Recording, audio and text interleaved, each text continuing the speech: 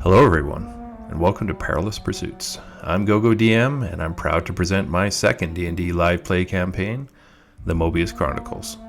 This homebrew campaign is a continuation of the characters and stories from my first campaign, Waterdeep Dragon Heist, and follows the characters as they uncover a dangerous threat against the entire world and beyond. So sit back and close your eyes as you join our adventuring party in the lands of Faerun and listen to their perilous pursuits. Do we have everyone ready to go? Yep. All right. Should we do a recap? Roll for a recap? I'm immune. I don't have to. I'm dead. I'm not here. I'm not there. You still have to roll. Your spirit lives on.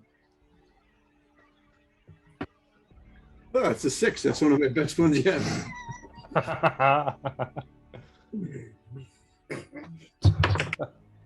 And 7. Fuck off.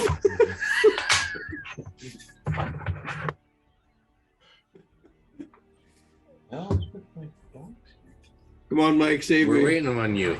Waiting on me, why? Save me. Get 11. Oh, fuck off. Hey, Devin, roll a d20. Spencer? Okay. Oh yeah, you were. Oh, like, Well, what? I couldn't recap if my life depended on it. Come on, you're the guy. You gotta listen. You're the one I that heard, needs to I recap. heard that Fizzbot triumphantly saved the day Yeah, and, he was and the hero. descended to his proper place of godhood. It was magnificent. What Devin get? I got Yeah, a 5. Hey, good job. I don't have to do it. There you go, Devin. You got to do. We call it a recap. You tell us what happened last session. All right. Well, we started our session on a boat.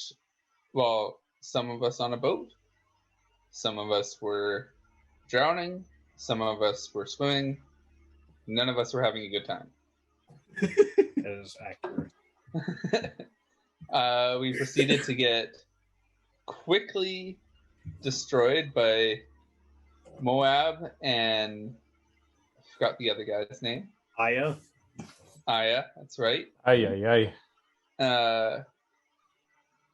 Moab just, well, I don't know, didn't disintegrate, but he absolutely destroyed Fizzbot. He literally disintegrated him. Oh, he did disintegrate him. Okay, fantastic.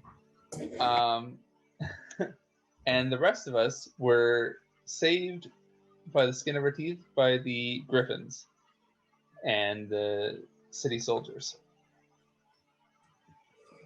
We then made it back to the city.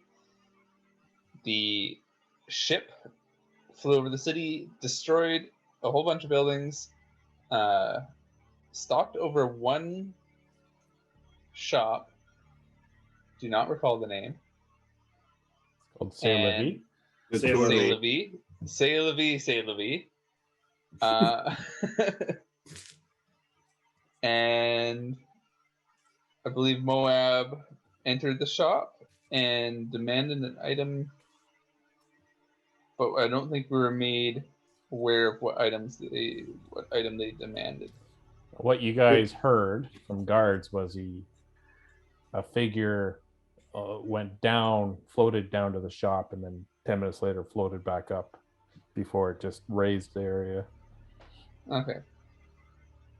And then the ship continued its way to the north, Out of view. and we are talking to Lauriel Silverhand and Vajra. Is that correct? Yeah. You had a meeting with them to kind of debrief around everything, and then she sent you back home to Troll Skull. And you guys are And that's where we are. Give us cheering. the Evermeet. Or Evermeet. Yeah. Yeah, she talked about wanting you guys to go to Evermeet. And then you guys headed back to Troll Skull and had a few beers. Toasted the great name of Oh, the Magnificent. and then we got a a delivery from Jarlaxle, and Yes, it was you a did. soul gem Yep. Correct. to which we used to animate the pseudo dragon. And the pseudo dragon had the shittiest personality. A solid 3-session personality. Oh, too soon. I'm hoping to get to 3 on the next guy. All right. So you guys, that was in the morning when you got that delivered. And so you have your pseudo dragon all set up now, Lucan? Yeah. Okay. So anything you want to do for the day here? It's about 9 in the morning. It's a sunny, beautiful sunny day.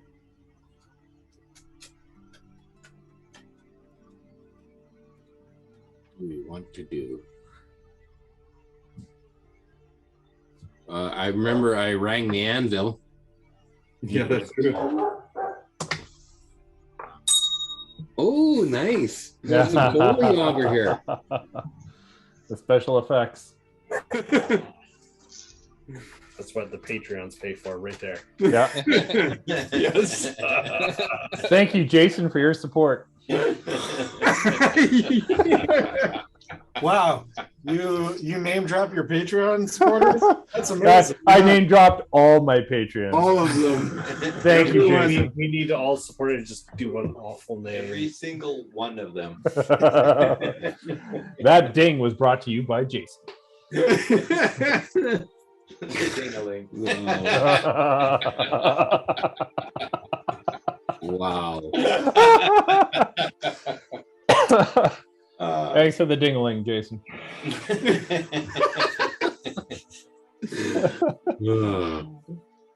Okay, as long as we can laugh at each other's expense. Yeah, that's what we're here for. So the day, if you guys aren't doing anything, the day kind of, you kind of mope around Troll Skull and kind of do your own little things. You hear a knock on the door, and the door goes, there's a that army guy, what's his name, the Dragonborn, he's outside. Army guy. Oh, Yeah, the captain. And Lopidus opens the door, and it's Traldor, the captain of the guard. Traldor! Party time, excellent. good morning, Traldor. And he says, your audience is required at the castle again. And there's a carriage out front. So needy. Right up. All right, So, we all go. You do Everyone? now, or Oh, yeah, he's asking for everyone. It's a matter of urgency. oh. All right. All right, let's go. So you guys head into the carriage and off to the Waterdeep Castle, and they stop in front and usher you inside into the royal chamber. You see Lauriel there, you see all the masked lords, and you see Jarlaxle there, the open lord of Luskan. And beside Lauriel are 2 well-dressed elves in bright silver armor with serious looks on their faces. And Lauriel looks up at you and says, the Island of Evermeet has sent ambassadors to the city of Waterdeep on the morning of the Raventide attack. These ambassadors have said the elves of Evermeet have discovered strange elves that have penetrated their hidden island as spies. And Lauriel nods to one of the ambassador elves. And this guy in gleaming armor looks really well dressed, very regal, and he kind of gives a scowl at Jarlaxle as he turns to address the crowd. And he says, "These dark elves, Lady Silverhand mentions, have never before been able to get past the storms and water dangers in the history of our kind. Several of these spies were seen in the woods near the shore, spying on our elven warship fleets. We caught 2 of them, but 1 did evade our capture. We have no idea how they could have made it to the island. We are a private people, and we are very concerned. Our lords have sent us to gather information on drow movements and how this possibly could have happened. And the timing is concerning, especially with your recent attack on your city. And Jarlaxle kind of sitting with one leg over the arm of his chair, kind of relaxed. He kind of looks at him and shrugs his shoulders and says, the drow have no interest in the never-dying lands. You have walled yourselves up behind your misty shores, and the rest of the world is far more interesting to our kind than some boring rock out in the middle of a stormy ocean. And Lauriel kind of breaks in there and she says, are these captured drow still alive? And the elf says, yes, lady, with a bow. And Lauriel smiles. She says, perhaps we should bring these captives back to Waterdeep. We do have some magical abilities to draw the truth out from those who resist. And Jarlaxle, he stands with a flourishing bow and a swoop of his hat, and he says, my lady Silverhand, I humbly offer my fleet to pick up these mysterious drow and bring them here. Shady. And she smiles back at Jarlaxle and says, that is a gracious offer, Jarlaxle. I'm sure your crew would have no problem delivering these captives here. And Jarlaxle smiles and nods in agreement. And Laura continues with a smile and a calm voice. But perceptions can be more deadly than reality, my dear friend.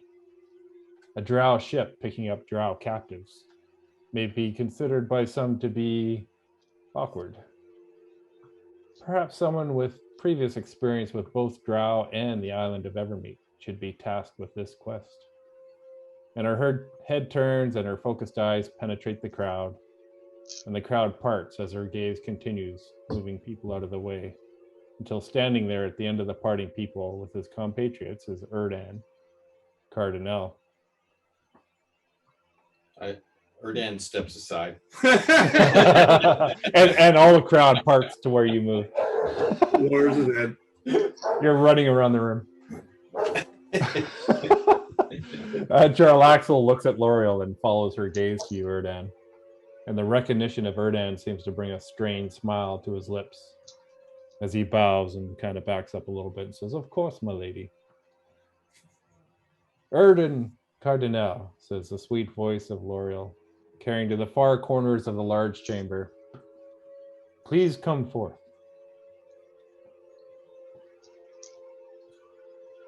And what do you do?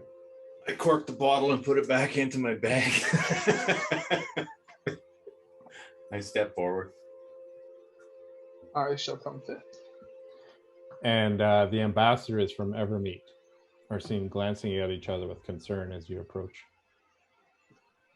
And Lauriel says to you, as you approach, Erdan, I understand that you grew up in the Isles of Evermeet. Is that correct? Yes. I also understand that you have dealt with drow in the past in your search for the Stone of Galore. And she kind of glances over at Jarlaxle. Yes. Your contributions in searching for the stone are commendable. I realize Jarlaxle ultimately discovered the vault and returned the treasure back to Waterdeep. No. But I wanted you to know that the efforts of you and your friends, and she looks up at the rest of the party, are still appreciated by all the people of Waterdeep. I'd like to task you with bringing these drow prisoners back to Waterdeep, Erdan. Will you do this favor for me and for the city?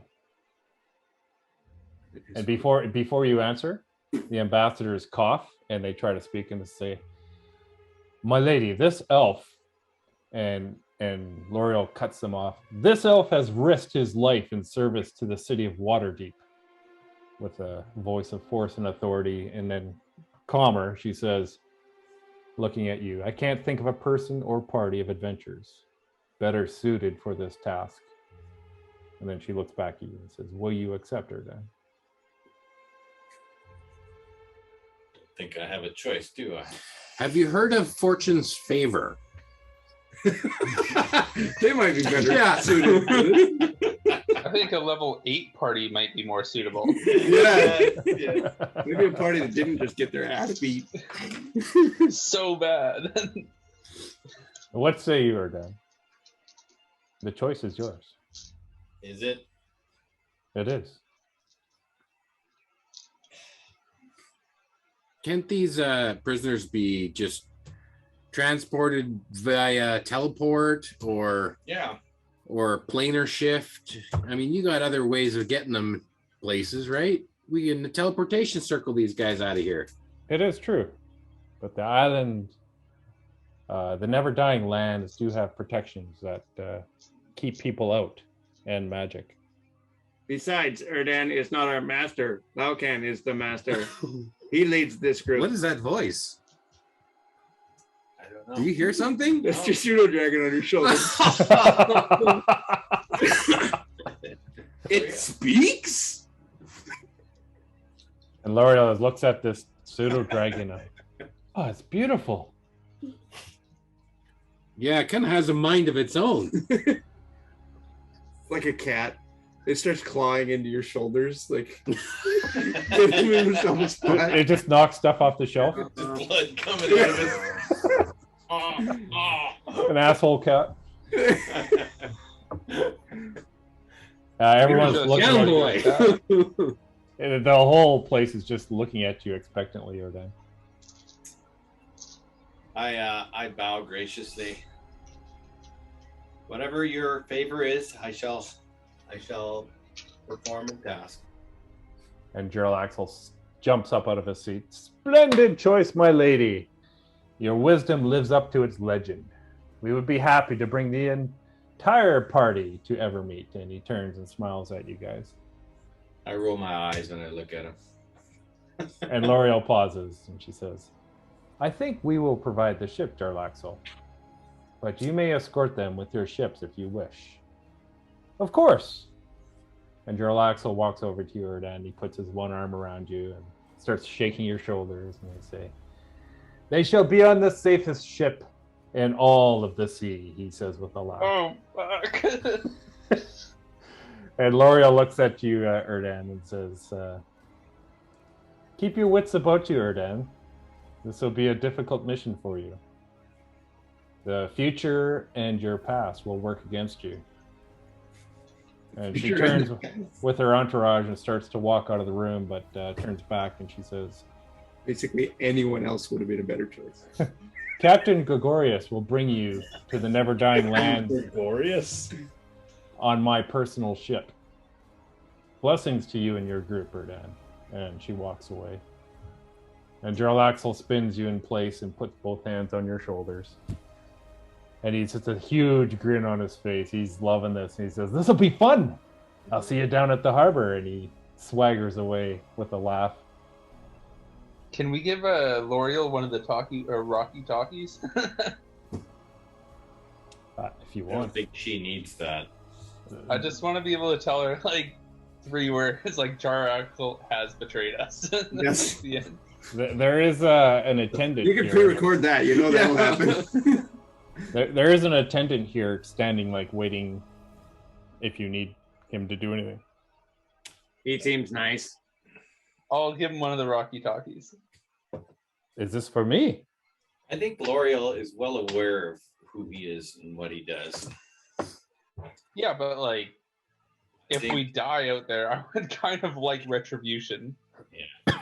Instead of Jarlaxle is coming back, he's like, "Oh, so sad they have perished."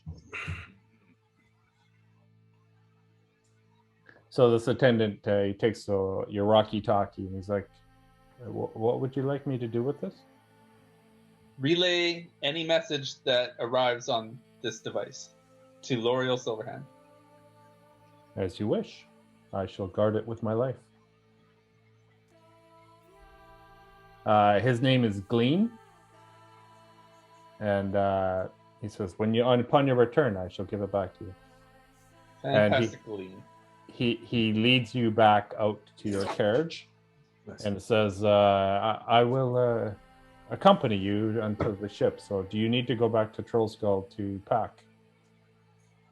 I assume we have everything. Is there range on this thing? The Rakitaki? Yeah. I don't know. No, it's like said it's Within this plane. Plane. Yeah, the same plane. That's my guess. They're not change planes. No transfer flights. Pretty sure the Undying Lands are a different plane. Yeah, they are. So- Evermeet's in a different plane. Yeah, so that won't work. Oh, what? It's in a different plane of We existence. don't know that. Yeah, You don't know. Daywald. Okay, fine. That's chill. Like, it's not going to change anything. I'm just We like, wouldn't know that. I didn't know we could take a ship to a different plane of existence. Sure, you can. You can ship anything anywhere. Yeah. There's the two ambassadors are standing beside you too, with the attendant. Night. They bow to you and introduce themselves. The one says, "Where is it?" The one they're both dressed in like perfect gleaming silver metal armor. And the first one, he's got a kind of a chain around his neck, a fancy necklace with a glowing green orb in it. And the other one, basically the same type of armor, everything, but no necklace. And the first one with a necklace, he introduces himself as Vitaris, and he gives you a short bow. And the other one introduces himself as Kalamar, with a K. Amari? Kalamari, yeah, no, Kalamar.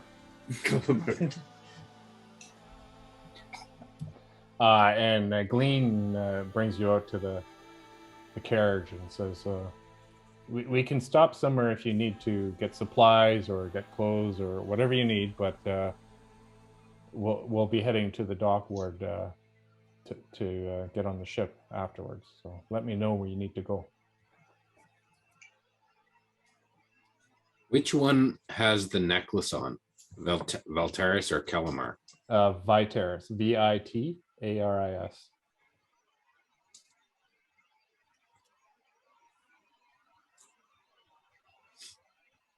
And these are prisoners? Are they tied up?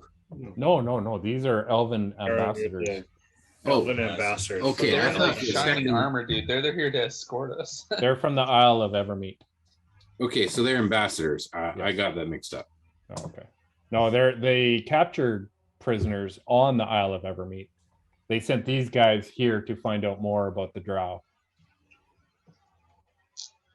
Okay.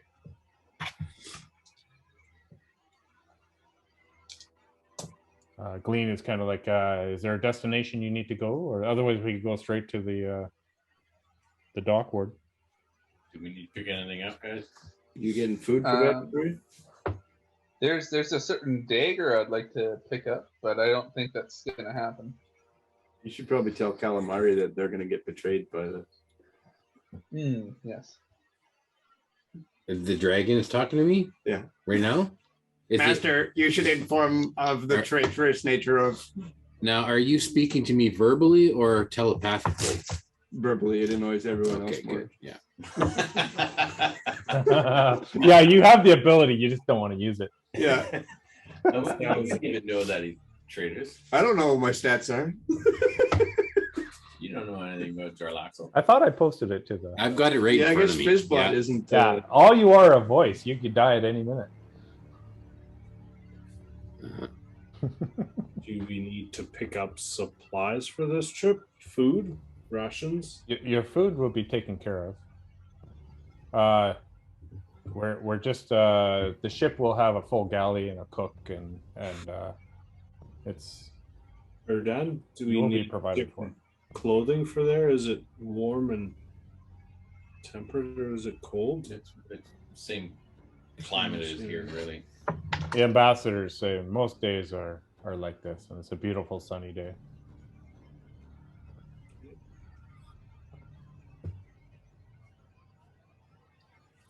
Might want something for the sea. Need a little ear patch. A what? A little ear patch for seasickness. Ear patch. Air path. You know those things you put behind your ears? No. Oh, okay. Never mind. You do it if you go on a cruise or fishing on the ocean. So yeah, Glean, and you just shall we go to the dockwork then? I guess so. Let's just get this over with. Do we need to go back to Troll Skull to tell the rest of the people there we're leaving? That is a good idea. We can send a Inform messenger them if that you the like. owners are not just disappearing. We can send a messenger, or we can take you there ourselves. Well, let's head off to Troll Skull first. All right. So it gets you all on the carriage and takes you off. The ambassadors are in the same carriage with you, and Glean as well. You get to Troll Skull, and the ambassadors just say, we'll wait in here. And Glean as well. I guess we'll enter and inform Lopus and Shusa. Yeah, it's like Shuja. That's like Shusa. And Shusa, you know, she runs around and she packs you all like brown bag lunches, and you guys all get like an extra ration in your fantastic inventory. And you know, she has like a couple sweaters and holds them up. Are you going to need these? And, I'll also inform her that it is possible that during the time we are away, a vault door may be delivered and installed in the basement. All right. We'll watch out for that. Well, safe travels, my friends. Don't do anything dumb. Sure, we got that covered yesterday. Yeah. Erdan, you looked mighty uncomfortable heading back to where you're from. There is history back there that I don't wish to relive. Fair enough. Anything to of note that maybe the rest of us should tread lightly around? Only been here a while. I don't know you that well, but I can see how uncomfortable that was. It's a private matter. Fair enough. He boned a princess.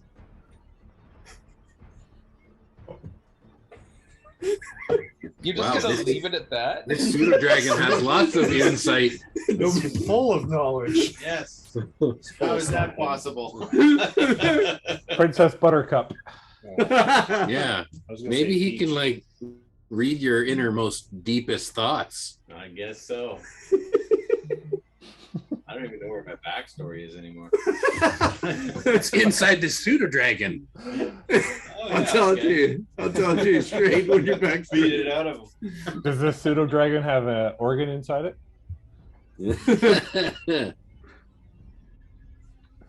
Gotta crank its tail. Okay, are we headed off? I guess. I mean, I don't need anything else. Most of my stuff is on me. it would be as long as we have enough rations. I mean, we're going on a ship, right? They said They're the meals feeding would us. be provided. Yeah. They're So- feeding us. We're good. There's like an armada of ships. It's 3 of Jarlaxle's ships and 1 that we're taking. I thought Jarlaxle's ships weren't going, but now all of a sudden they are. No. Jarlaxle, Yeah, I she think, was is like, we sending can't a trust ship. our Axel to do this. But then he's like, "Ooh, I'll just go with you I'll anyways. escort him anyway, yeah.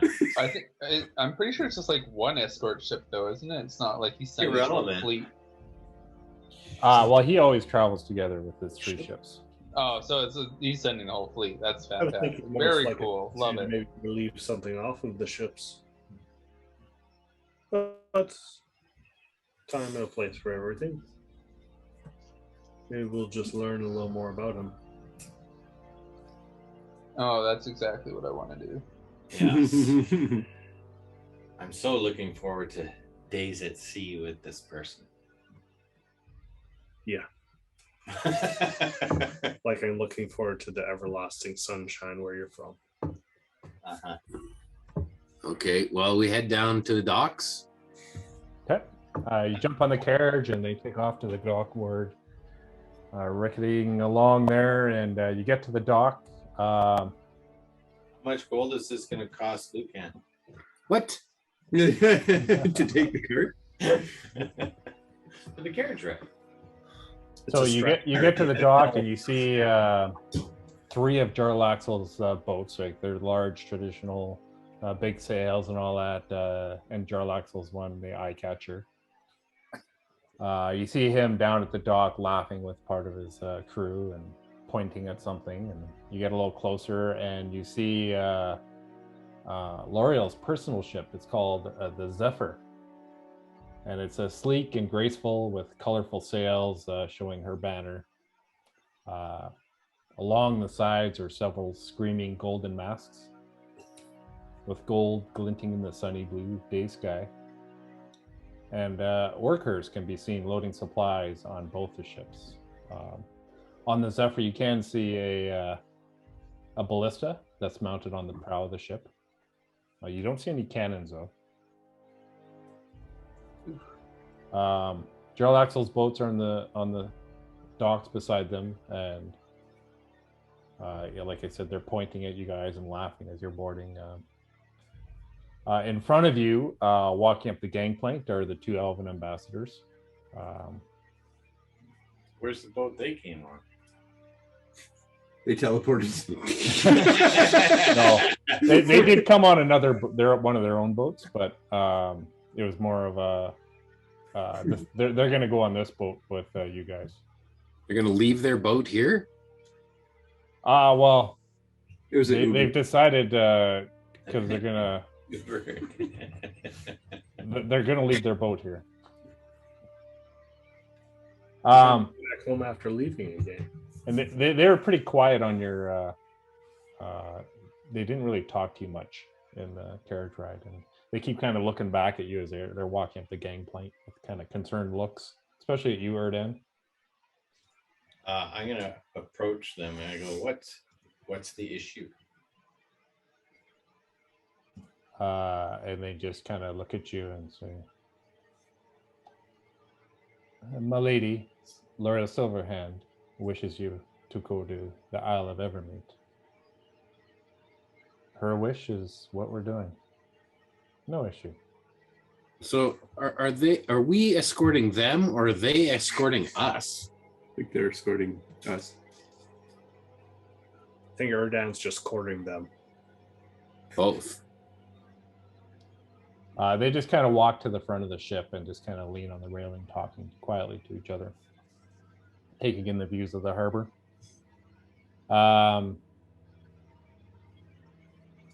This is gonna be a long trip. There's at the top of the gangplank as you're coming up. Do a lot of boating. There's a stocky captain with white hair and a nicely kept short beard. He greets the party at the top of the gangplank, and he's wearing a sharp black vested uniform with double buttons and a sailor's cap, and he salutes the party and he says in a deep voice, "Welcome aboard. I am Captain Gregorius." And he shakes each of your hands heartily as you board.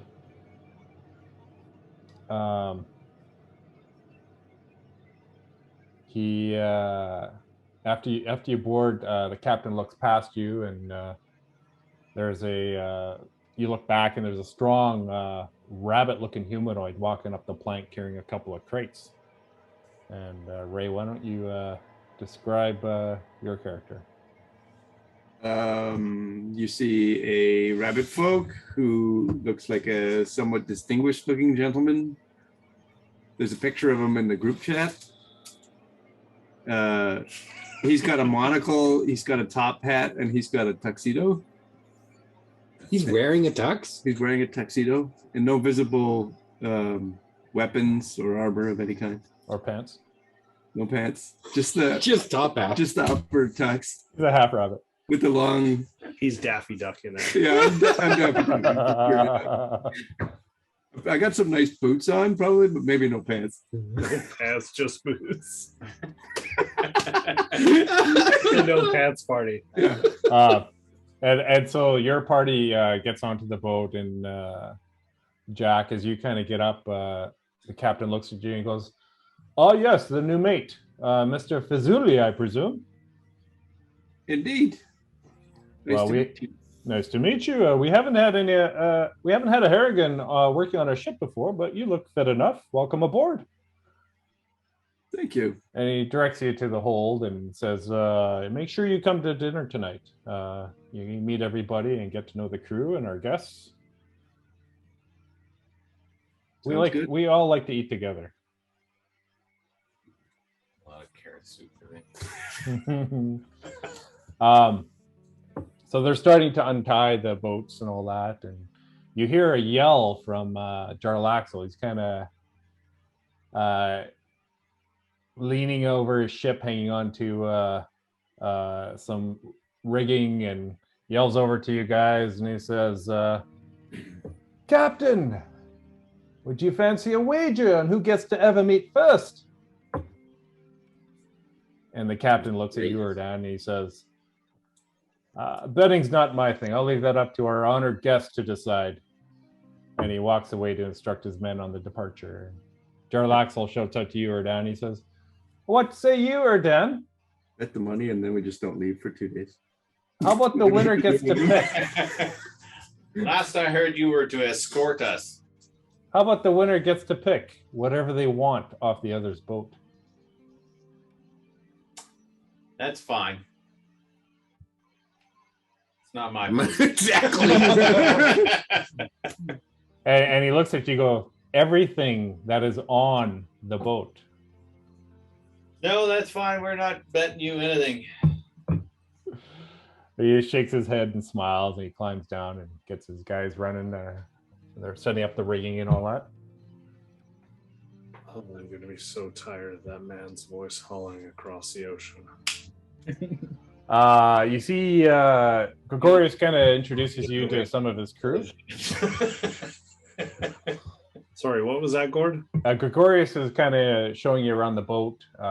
It's a fairly long boat. It's slim, but it's not as big as Jarlaxle's at all. But he introduces you up there by the steering, Yolana, and it's a female elf that is steering the ship, and she's like, "Yeah, hey, welcome aboard. Sure." And he kind of looks at her, and she's not the talkative type. At least not the nice talkative. And there's a guy busy over there, and Gregorius says, "Hey, Slipknot, come over here." And it's a male dwarf. And this dwarf comes over and, Hey. "Welcome aboard.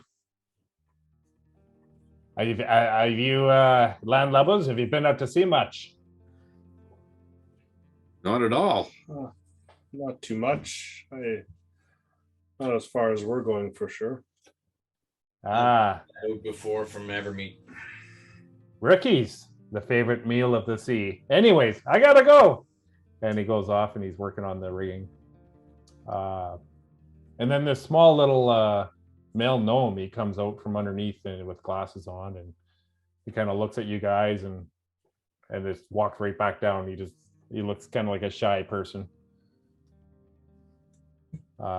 Gregorius says, "Yeah, just take in the views here. We're about to get away, launch here. So it's a beautiful views of the city from here." And there are crowds that are kind of gathering on the docks and looking at. They've never seen this boat before. It's Gregorius actually says this is.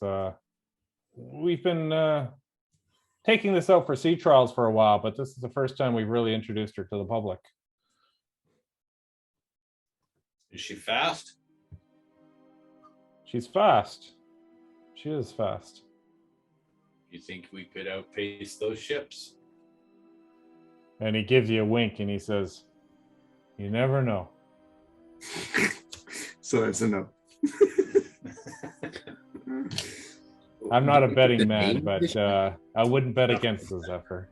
That's Lauriel's ship. That's the one we're on. See. This changes everything. You drank too much there at the Troll Skull. I'm just trying to take notes as fast as I can. Here. You went full Lucan. Well, Gregorius, got 10 platinum if you can get us there faster before Jarlaxle can. Are you guys betting with him? No. You're I'm incentivizing. You, Captain. Incentivizing you. To I've got ditch 10 those platinum douches. if you can get there before him. And he kind of takes your hand and curls it back. He says, "Don't worry. I don't need money to be motivated to beat him." I'll pull out 10 platinum and put it in his hand. Is like, show me.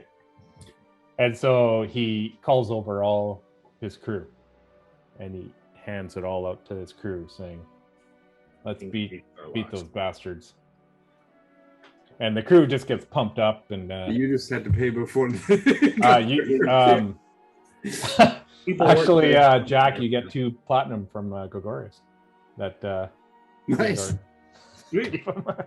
2. That more than doubles my money. That's 20 gold.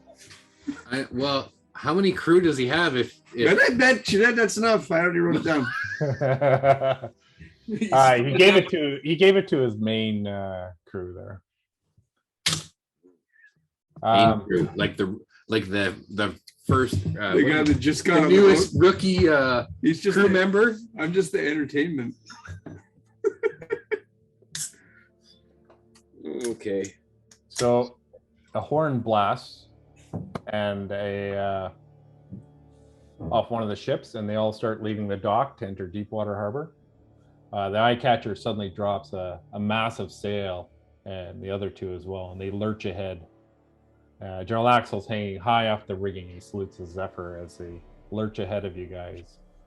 Up in the sky, there's a flight of Griffin riders circle above to escort your ships out to sea.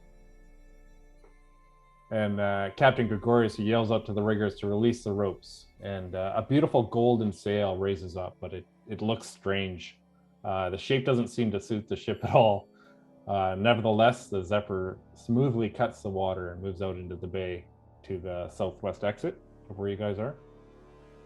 To get around the jetties, because there's kind of like a seawall around the Deepwater Harbor, and there's only certain areas to get out.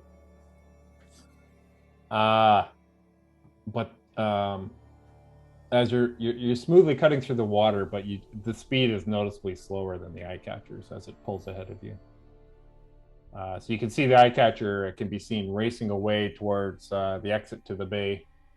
And Gregorius, he's just sipping his tea, and he kind of watches the sun and the clouds for wind changes, and he goes, "Set course for due west," he shouts out, and the Zephyr turns sharply to the right, heading towards the jetty. And you guys are just kind of cruising along. You're kind of diverting from where the eye catcher's going. You hear the seagulls cruising along beside you.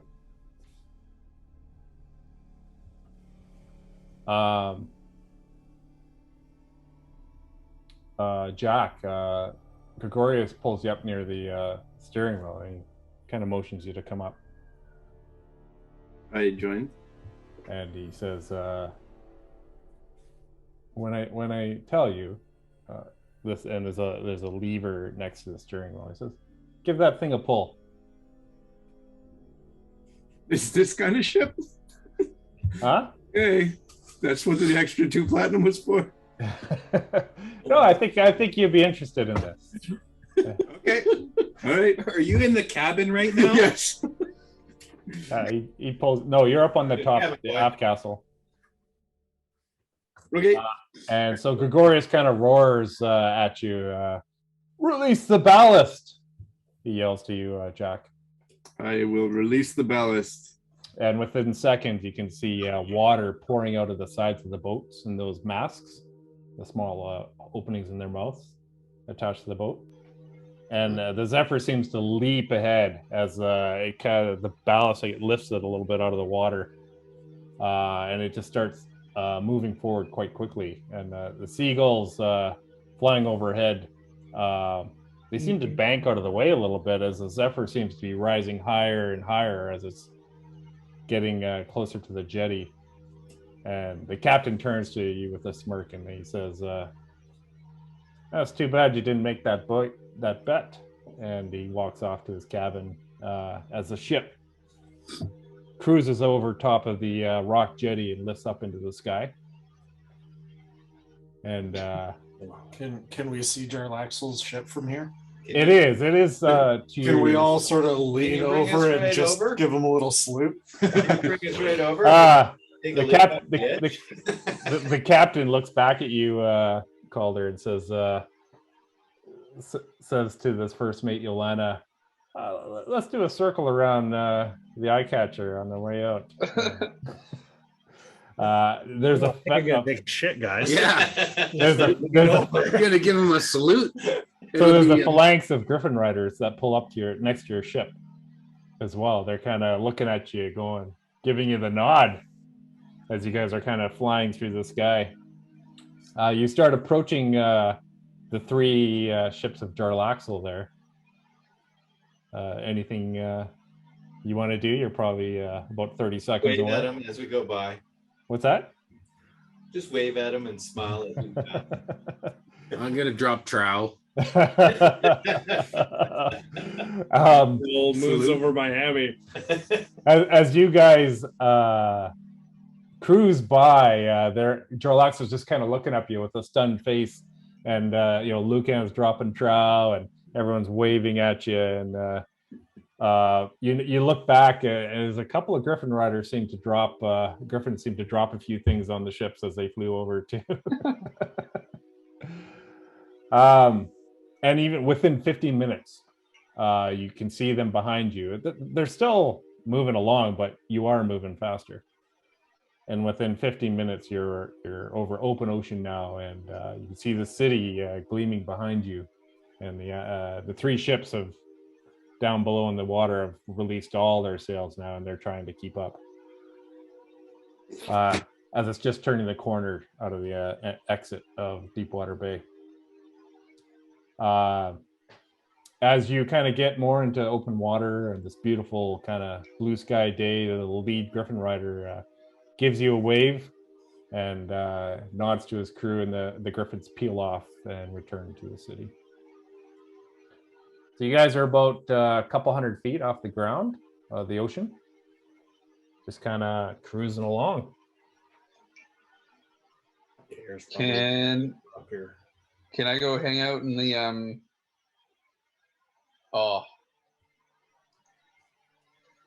now I forgot what it was called. Way up on top of the mast. Crow's nest. The crow's nest? Crow's nest, thank you. I wonder if they have a bar on board here. The Sky Bar. Yeah, the Sky Bar.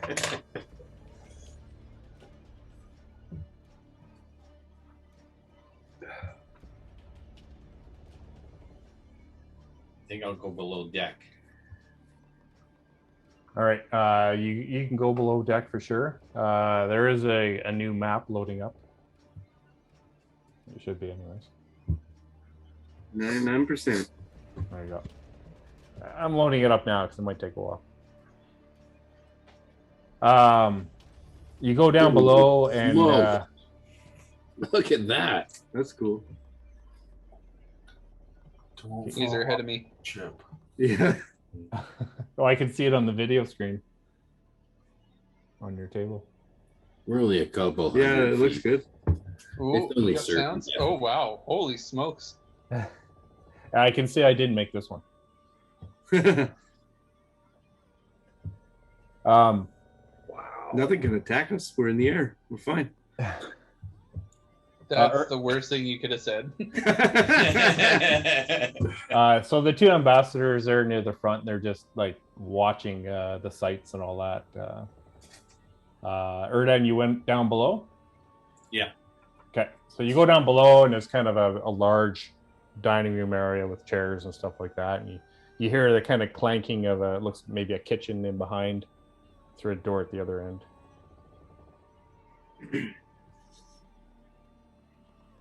I'll go and investigate the kitchen. Okay. You go. You walk into the kitchen, and there's this bird-like Kenku. He's the chef. And he kind of looks at you. He looks like a raven, half humanoid raven guy, and he's like, "You're in my kitchen. Get out of my kitchen. How do you do?"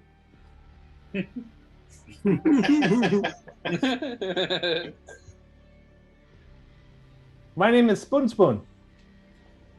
Spoon spoon? Spoon Spoon. Spoon spoon. Spoon Spoon.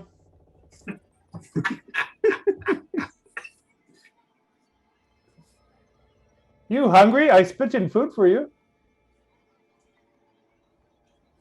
What do you got? I got food with spit. Get out of my kitchen. How do you do? Okay. And you can see he's kind of working on a goat. He's preparing there's potatoes and vegetables, and he's got some pots boiling, and he's stirring it as he's talking to you. And it's like, Spoon Spoon, are you hungry? No thanks. You're Kenku now too. Yeah, we can't go now too. No thanks. Get out of my kitchen. How do you do? Hey, I leave. And he just keeps working on the dinner. So you're down in the. I'm gonna go approach the other guys now. Okay. They're gonna use their rations. So everyone's up top at the deck. It's probably about 2 PM. Okay. I just want to like investigate the ship. Just walk around the ship, get myself. Sure. Yeah, you can kind of see it on the map. There is a door kind of going under the aft castle. You went down below. Yeah.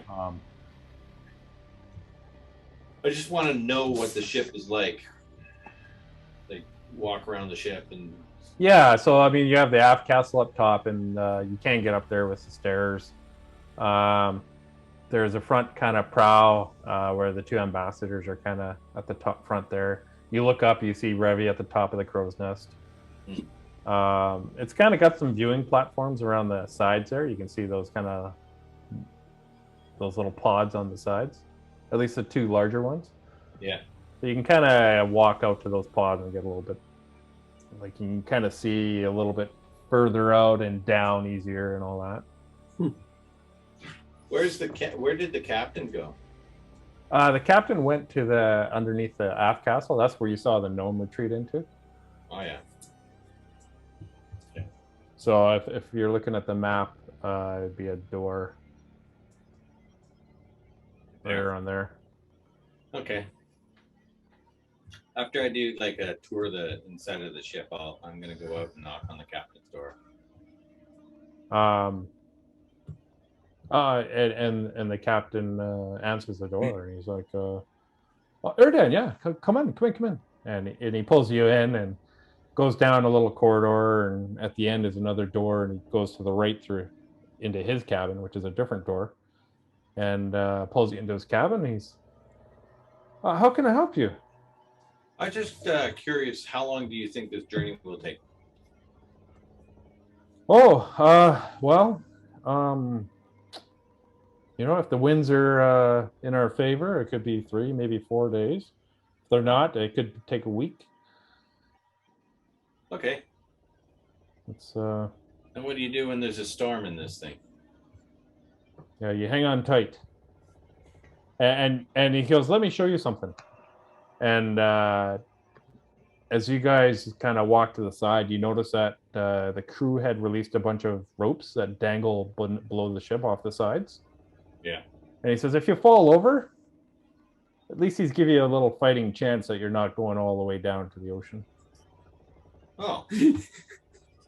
Okay. That's reassuring. That's terrifying. Yeah, it's kind of, think of it as a safety rope. Bungee with no bungee. Think of it as a safety rope. It's I don't know, something you could tie around you, almost around your seat, like a belt or something. I don't know. It keeps your corpse from going into the ocean. Yeah. We just carry you all the way to where we're going, and then we can drop you off at the morgue.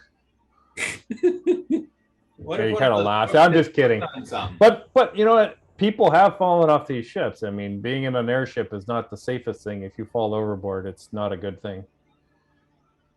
So we typically drop these ropes around the sides to. When was your last incident? Well, the plaque that has 100 days without an accident. I'm very proud of that. What happened 101 days ago? Well, whoever the rabbit replaced. And he goes, yeah, actually, Mr. Fazuli there, he's replacing the last guy who got a little drunk and fell overboard at night. Yeah, I corked my bottle. Stick it back in the bag.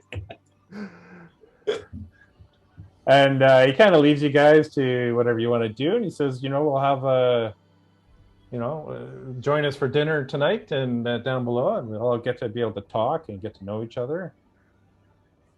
And he walks over to the ambassadors at the front of the boat and starts talking to them. I'm hanging out in one of those little towers off the side. Sure, yeah. It's you were more for loading and unloading, so you don't really have a lot to do while the thing is flying. Do these viewing stations have like glass floors to really Yes. screw with It's a glass floor, Yes. so you can look straight down. Roll a Constitution check. That's you. You're Not the me, one not in me. it. You. Yeah. You're the one that wanted to know about the glass fucking floors. To see if you have vertigo. We're hanging out together here. Let's see. It's the Constitution save or just Yeah, save. On save. Where's my saves? Kind of like how on the video. 20. had the 20. Yeah, it doesn't Oh, yeah. bother you at all. wing part and everything. You guys are jumping up and down on the glass and seeing how strong it is. That's pretty strong. yeah. You want me jumping up and down on the glass? You see those glass walkway in China where it's like a video screen that cracks as people walk Yeah. on it? Oh, Yeah. shit. This doesn't do that. Magical prank. So this is actually powered by wind still? Like, it's not magically propelled forward? You haven't talked to anyone about it. Okay. You got to figure it out. There's sails and stuff going on. Though, There right? is sails, and they're billowing in the wind. Interesting. Maybe the sails just increase the speed of it. Yeah. Yeah, that's true. And you do notice a large green glowing dome at the top of the aft castle, right in front of the wheel, which is where that ladder shows. And so there's stairs from the main deck up to the aft castle. It doesn't really show on this one, but there are stairs. So you could go up there. Go tap on the glass. Yeah, it's kind of a dome, and it looks like some kind of a magical gem down below that's just glowing blue like crazy. And you see You got an arrow. the female elf up there. She's steering, and she's just kind of looking at you, tapping on this glass. Kind of a stern look on her face, and she just kind of shakes her head. Air elemental, I say to her. What? I say to her, air elemental, and I point to the glass. No, it's a magical gem that makes us fly. Oh, I don't know how it works. It just works. I don't know how it works. Are you speaking in Elvish? well, she's an elf. Yeah. Right? She would have responded in what? If you talked Elvish to her, she would have Yeah, responded it's in Elvish. Elvish to her. Yeah, so she's responding to you in Elvish. And she's just kind of short answers as she's steering. She's paying attention to the winds, and she's looking back at Jarlaxle's ships, who aren't like disappeared. They're trying to keep up with you still. Figure out how to fly this thing. Get a lesson. Put some power into it, make it go faster. Well, the gem keeps us aloft. We need the wind to move forward. What's your job on this ship? Well, what does it look like? And she's like turning the wheel, and I'm the first mate. I'm here to steer the boat. Wow, Which fly is them. literally just a straight line when you're in the air. Yeah, it's not always so simple. No. You got winds coming from above and below and the sides and behind and in front. That's why we have that strange sail up front. It kind of helps us navigate in 3 dimensions. Can you control the how high or how low this thing goes? Yeah, and there is a lever. And she says it's we have ballast normally, but we need to. It'll slowly drop if I turn this lever down.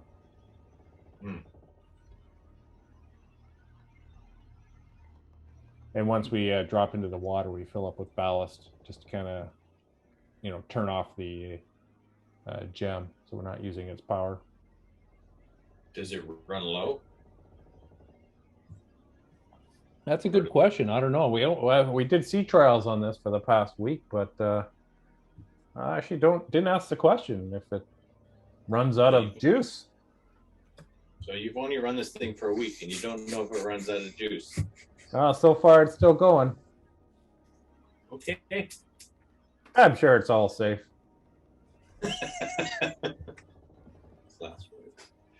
Can we go? Maybe we should go higher. Let's see how high this can go. And she kind of laughs at you. All right. Anything anyone else want to do? Is there anyone else on deck? Everybody to go to one side. The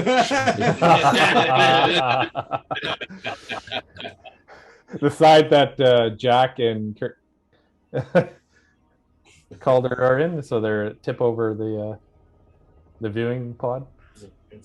Yeah. So Vincent, not Calder. It's not Ponto, Vincent, not sorry. Calder. If I need to be a monk, I'll be a monk. I'll get this right yet. I'll Vincent. switch between the 2 characters whenever we need at the time. Yeah, so you see that the captain talking to the 2 elven ambassadors at the front of the ship there on that kind of prow. You see the first mate up on the steering wheel. Slipknot is kind of just watching the rigging and making sure everything's tight. That's all you see on deck. Yeah, I'd like to talk to Slipknot. Can I approach him? Sure, yeah, he's just kind of, he's checking the ropes and retying here, shaking his head and retying it again.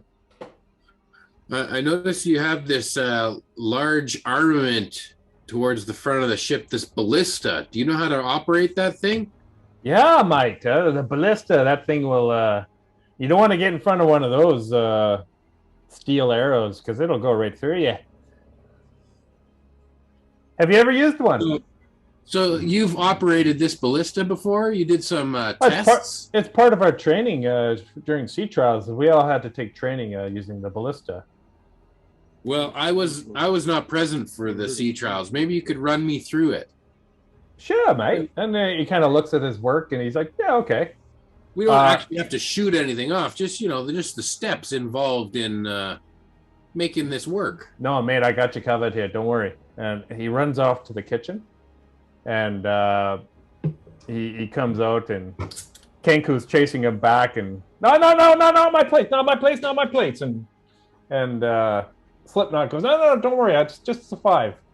And he runs up to you, he brings you over to the ballista and he says, so I got these 5 plates. If you can shoot them out of the sky with this ballista, then I can help you train a little bit and get a little better at it. Do you want to try it? Well, I don't even know how to operate it. So he kind of shows you how to load the arrow. He shows you how to turn and aim. He shows you the trigger, how to winch the arrow back.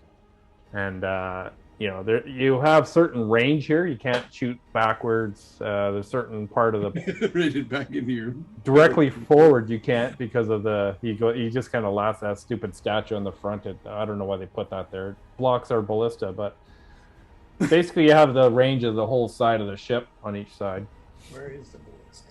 All right, well, let's take a shot. Let's try my aim. The ballista is up here and it's close to where the ambassadors are up. They're actually up here talking to the ballista bolt. Can you zoom the map out a little bit? Yeah, if you scroll in, you guys should be able to move it. Hey, Mike, can you zoom Scroll the map in here? Come on now. You got to do your part. Not yeah, the other way. Other way. We can see more of the boat. Oh, okay. And if you right click, you can scroll, like move it around, drag it. Nice. Wow. That's cool. Badass looking. Can you guys hear the ambient sound? No, that speaker we've got turned down, so it's not giving us feedback. Oh, okay. It's just playing some creaking ropes and crap like that. Mr. Vincent, what are you guys doing here? What's your goal? I think for our party, the goal is not falling off this boat. Here's to not falling off the boat. Here. Cheers. So, Lucan, Slipknot shows you how to use the ballista. And he goes, "Are you ready to try it out?" I'm ready. All right. So he has a plate, and he goes, "I'm going to throw this up in the air, out and into the air, and I want you to shoot it." And he says, "We got these. They're kind of crappy wooden bolts, but we don't want to waste the good ones on plates here." So Okay. Load the he's good got powder. He's got 5 bolts here and 5 plates. Okay, I load one of these wooden bolts. Yep. Just I winch it back like he showed me. Okay. I take aim. And I say, pull. Okay. So use your. You can add your dexterity modifier, but not your proficiency modifier Okay. when you roll to hit. So you can roll. As he wings the plate out into the air, you turn the ballista to aim for it. Okay, that's a dirty 20. nice. You right away. It's only gone about 20 feet out, and you just, the plate shatters, and Slipknot looks at you just wide-eyed, like, "Holy shit!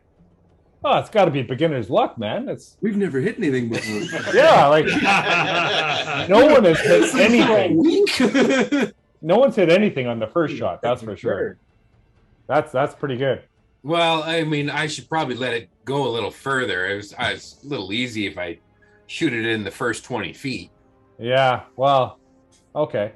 So let's see if this is beginner's luck or not. And he's like, "Are you What ready?" would be the range of this implement? Like, how far could we shoot without, being at a disadvantage? Interesting choice of words. He says, "Well, I'll let you know after we do this." All right. Well, I'll let the plate go a little further this time. We'll see if I can still hit it. So I load another bolt and I winch it back and I take aim. Pull. And he throws it out into there as you aim and release. Roll a d20 to hit with your dex modifier. That's a 14. Yeah, it goes whistling past the plate, and the plate just kind of drops. He goes, "Yeah, that's more like it." But yeah, this thing, it can go 200 feet, and then it gets a little harder after that to hit stuff. 200 feet. Wow. Yeah. That's got some power. This is a pretty mean machine. Vincent and Fazuli are still jumping on the glass and see a plate flying down. It's Are we losing stuff? It's a Greek ship. Opa! There's like a whole shitload of those little viewing platforms throughout the whole thing. Mm-hmm. What are the 2 big ones in the middle? Those are the ones you guys are in. That's where I assume. Yeah. Well, I thought we were over here. Hey, Revy, you got to try out this ballista thing. That seems way safer where we are. Should we Here, go come see give it a shot. Sure. Okay, I'll just hop down from the crow's nest there. Okay. I'm gonna You walk over to the head ballista. towards the front as well and see what's going on. Sure. So Slipknot says, "Well, your friend Lucan here got one around his first shot. So any bets on Revy doing the same on his first shot?" Sure, I'll give him 10 gold if he can get it on his first shot. All right. That sounds good. So he kind of shows you Revy how to load it up, how to aim, how to shoot, trigger everything, aim. And he goes, okay, I got 3 more of these plates and these wooden arrows. I says, here, give it a shot. And he throws the plate out. Do a roll for dex and roll a d20, add your dex modifier. 15. 15. It gets close, but it doesn't quite hit the plate as it goes whistling by. And he goes, that's too bad. That's not quite as good. Oh, that's too bad. Yeah, I'll just put this gold away. Now he gives you 10 gold, right? And does anyone else want to try? Yeah. Or Revy, you want to try again? Yeah, I'll give it one more go. Okay. So he lines you up and then he says, "You ready?" Ready. And he whips the plate out there into the air and take a shot.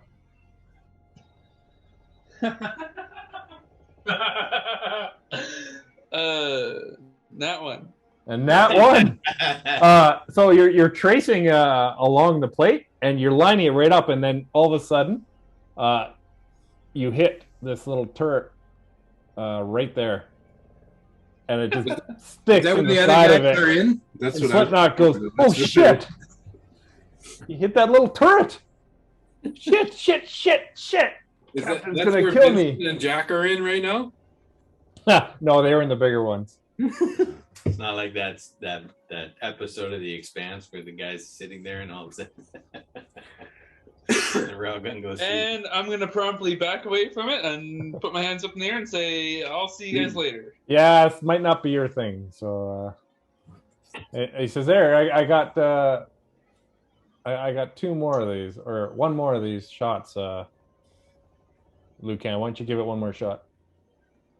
Well, let's see. You do better than me. I mean, come on, Slipknot. No, I've done this a million times. I'm a million times, eh? Show me you get it on the first try. Here's 10 gold if you can get it on the first try. It's not my first try anymore. All right, okay.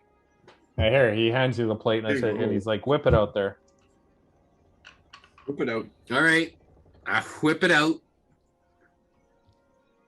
You got to do a strength check to see if you can throw it. See how far I can throw it? Yeah. You're a little wizard. Yeah, that was a little wizard throw. Yeah, that's a 3 for my strength. So you wind up and throw it, and it's about a foot away from your face, but it just explodes a foot away from your hand, and there's shards all over the place. And he kind of laughs. He goes, "In your eyes." Yeah. Gun and shit. Yeah. Sorry, mate, but this is kind of my thing. Well, you got to let it fly out there. You don't shoot it when it's in my hand. Well, it's even harder to do it when it first launches. It's the closer you get to the launch, the better you are. I almost shot it out of your hand. Yeah. As you're looking over, he's pointing this ballista directly at At your hand. Almost shut it out of your hand. So he rolled a dirty 20. Well, I sort of had a failure to launch there. Yeah, I kind of saw it. I should have brought my grandma to throw it out there. Well, thanks for showing me the ropes here. Nah, if you want to keep trying, you can. We got a bunch of these things. Now, you just got to sneak some plates out from Spoon every once in a while. He gets kind of pissed when we steal the plates. Is he still there, like really angry about it?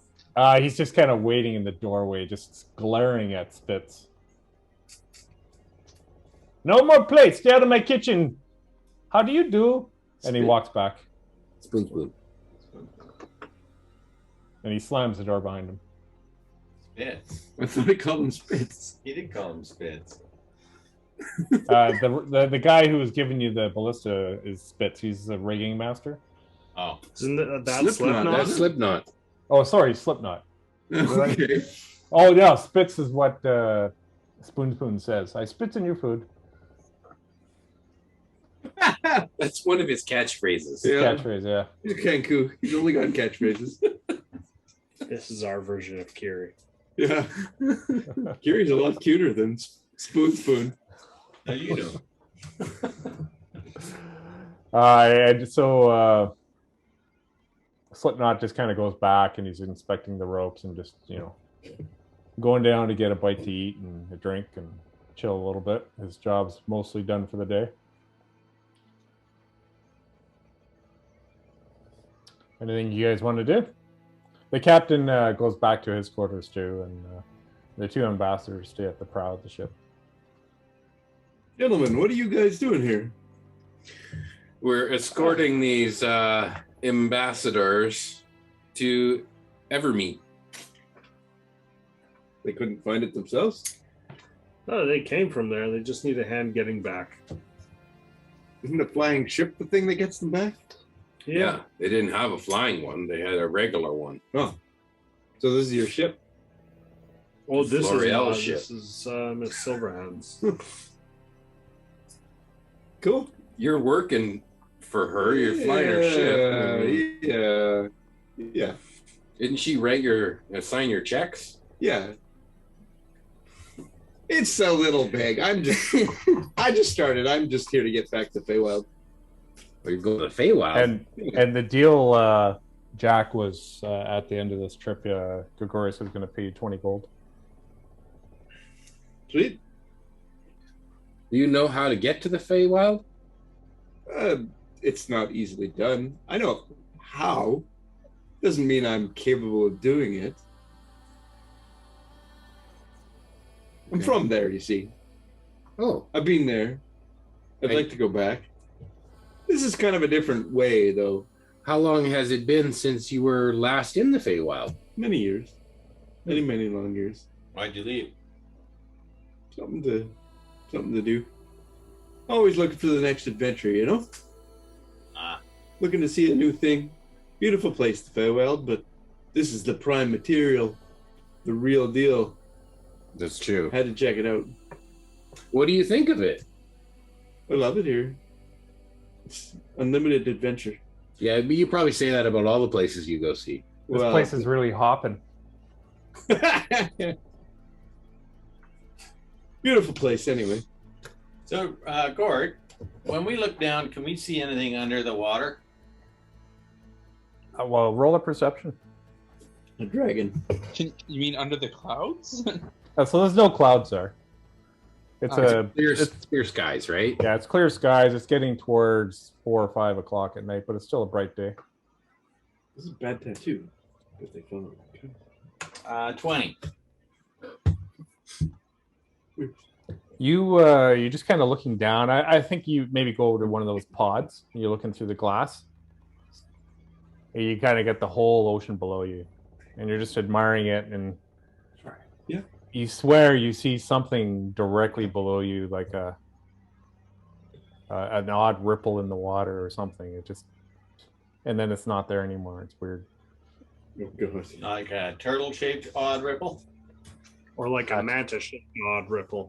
You're not sure. It just seemed like it's just weird. You just caught a glimpse of something that just seemed out of place on the water. How far down is the water from here?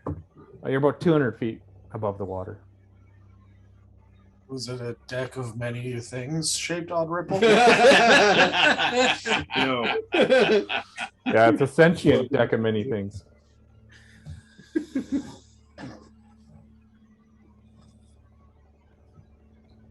Okay. Erdan, do you know the two that are sheepishly talking amongst Do I themselves? know those two Yeah. armored persons? Yeah. Shiny McFace 1 and 2. Gord? You don't recognize them. There's something. Well, roll a history check. Not all elves know each other. I'm assuming that. But I've never been to the Evermeet. I got a crit. Oh, yeah. Crit. You're a special kind of elf, right? I'm on the other spectrum of where we're going. So, being your past and kind of you the places that you hung out, you do know these guys, that they were kind of they were younger in their careers back then, but they were part of the military guard. But you knew they were very smart, and you remember them being really good in school and classes, and you thought, the military is maybe not what they're good for. They're a little more smarter for that, strategist, ambassador kind of thing. back then. And That's what's why they're the shiny bauble around his neck? They don't use it. You're not sure? Make an arcana. You can make an Arcana check. Is Bot making Arcana check? Using his bardic knowledge? Yeah, I don't know. Yeah. I don't know. Roll the 1. You know exactly what you think it is. It's just not actually what it properly is. Yes. Little vial of mouthwash. The ambassadors, they come down off the prow and they kind of give you guys awkward looks and start heading towards the back of the ship. You guys clearly don't like you. Clearly. Theodore will walk up to the two of the ambassadors who walk while they're walking past us. Mm-hmm. We're like, it's nice to meet you. They slow down and kind of greet you. It's nice to meet you. Theodore, correct? Theodore, yes. Theodore. Yeah, I'm Vitaris, and this is Colomar. Very nice of you to meet. How long will it take us to get to the Isle of Evermeet? Well, we traveled by regular ship, which took us, 5-6 days. I think they kind of look at each other. Yeah, about 5-6 days. That's about right.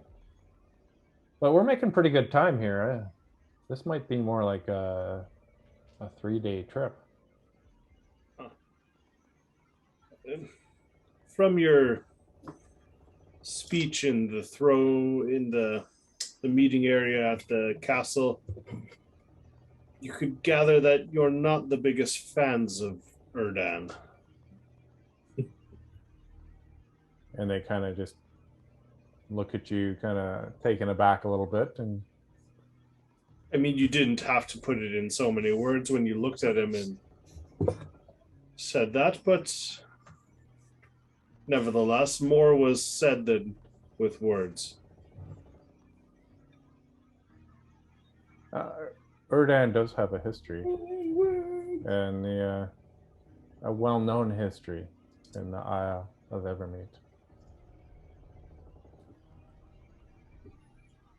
That's not going to be a problem for us, is it? And you see Colomar is about to say something, and Vitaris just kind of gives him a glance and says, I would leave that up to you and Erdan to discuss and decide. Sounds good. As long as there's no trouble between you and him, there won't be any trouble between me and you. And I'll kind of walk past them, and I'll purposefully bump into the shoulder and try and sleight of hand something off of the one I bump into. Okay. Roll a sleight of hand. Well, that's not bad. That's a 24. Yeah, what are you sleighting hand? I'll just maybe pull something off their pocket. I'm not so fancy as to try and pull a necklace off somebody's head, but Just the bauble. Leave the necklace. Just maybe something off of their off their pouch or off their side. So you kind of walk away, and you did grab something. Once you get a little bit further away, you notice a little notebook in your hand. Do I see him take it? What's your passive? My passive is 19. Yeah, unless you were looking at him specifically, you didn't notice anything. Okay. It was odd though that he bumps into him what a jerk. Or maybe you liked it, I don't know. Erdan, you see in your head the image of a giant hairy dick. What? Fishbot the pseudo dragon can impart images on people. There's no saves or anything. So you don't know where this comes from. To you. You don't know where this comes from, but it's just a big, mammoth giant cock in your mind. You're starting to question your sexual Look orientation. at the bottle. What are you drinking? Throw it overboard.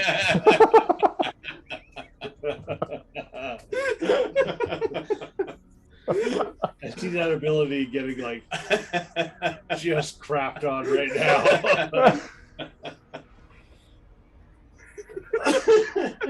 And the ambassadors kind of look at you, Teodar, when you give them a shove and think, oh, that's rude.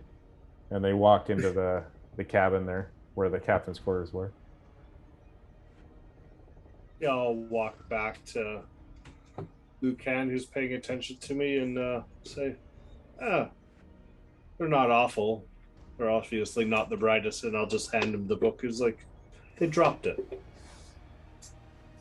You're handing it to me? Yeah. Here's the stolen goods. It's a small leather notebook.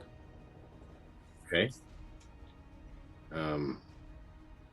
Diary of Calamari. Yeah, I'll read it later when I've got some privacy.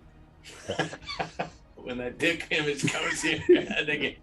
It's not my head, it's your It's in head. your head. You gonna put penis pictures in it? And Because Fizzbot doesn't sleep, he can do that all night. While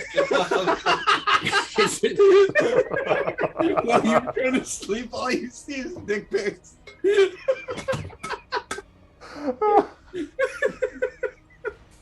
Where did he get the images from, though? Oh, you're gonna have fun with this pseudo dragon.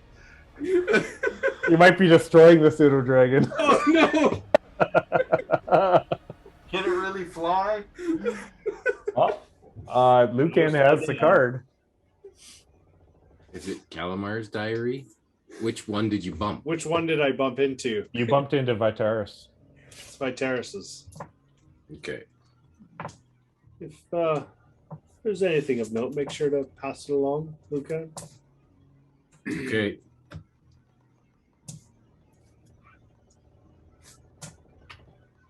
They get suspicious, they might come. Look, I did bump into them, but I won't have it on me. Spoon comes out from down below and he goes, food is ready. I spit in your food. Come, welcome. All right, sounds like we're gonna eat, boys. And he brings up some food up to Yolana at the deck, and she thanks Spoon for it. And Spoon heads down lower decks there and invites all you guys, waving his feathered arm to follow. The captain comes out of his quarters, and the ambassadors, they all start heading down to the dining room. We're gonna join them. Yeah, let's all go eat. Opa. So you sit down for crew. The whole crew is there except for Yolana, who's steering the ship. Spoon, the Kenko chef, he proudly enters the dining room with a big roasted goat platter. He sets it down in the middle of the table. There's potatoes, there's vegetables, and he looks at everyone with a proud look and he says, I made this, and I spit in all of it. And the captain says, Spoon, that's not what we say about the food we serve. And I don't think birds can spit anyway, so we don't have to worry about it. Spoon thinks for a second. He says, ah, shit. There goes Gregarious spouting off again. When's our next port? Directly to the captain. And Gregorius's eyes just stare at Spoon, and his face turns beet red, and his kind of lips trembling a little bit. He was looking mad. And he looks at him and he says, we'll need to talk, Spoon, later on who you've been learning these new words from. And he kind of looks around the table a bit. And anyone who wants to look with him can give me their passive. 17. I'll look. My passive's 19. 14. So Lucan, you look around and you see Slipknot the dwarf, who showed you how to shoot the ballista. Yeah. You see him just kind of gulp a little nervously, and he's scratching his beard a little nervously at the sound of that. Mm-hmm. And the captain looks at all of you and says, "Welcome, my friends.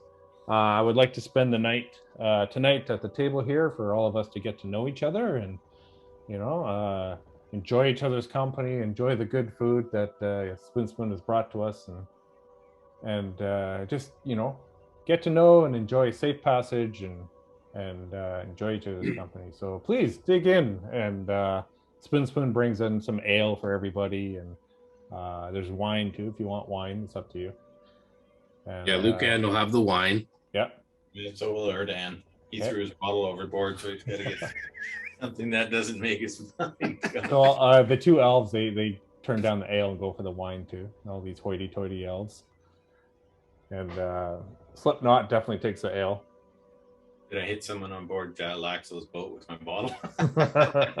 They were a little far behind you.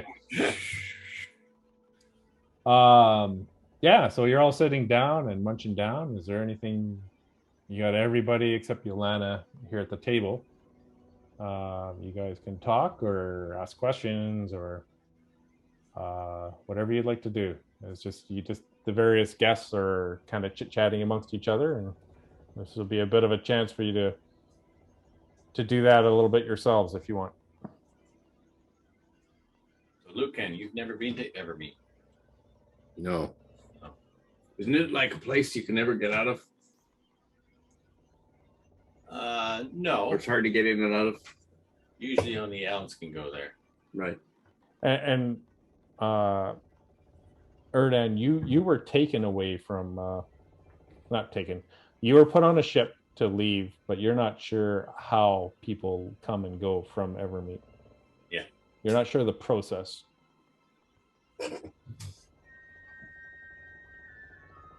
Yeah. I'd like to swirl the wine in my goblet and kind of sip it through a parted lips and just aerate the wine in my mouth. And what is your tongue doing? You want to roleplay your tongue? You see visions of your tongue. Okay.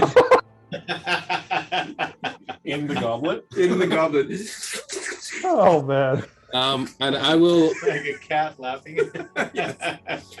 I will talk with Vitaris and Calamar about the full flavored experience of wine that I'm experiencing, and just kind of schmooze with them over the wine. And he does, Vitaris gives you a cheers to the whole table, actually. He raises his glass and says, to safe travels. And they drink, and he looks over, he goes, this is actually very good wine. Is it a red wine or white? It's a red wine. Yeah. Yeah, it's very full body. Spoon, he's like taking plates and putting... And just tilt it up a little bit too much. What's that? I want to mage hand the bottom of his goblet and just tilt it a little bit too much when he goes for a drink. Okay, sleight of hand. Yeah. You see the vision of a high five. Is it one of these invisible mage hands? It's a spectral floating hand, so no, it's not invisible. So it's not invisible.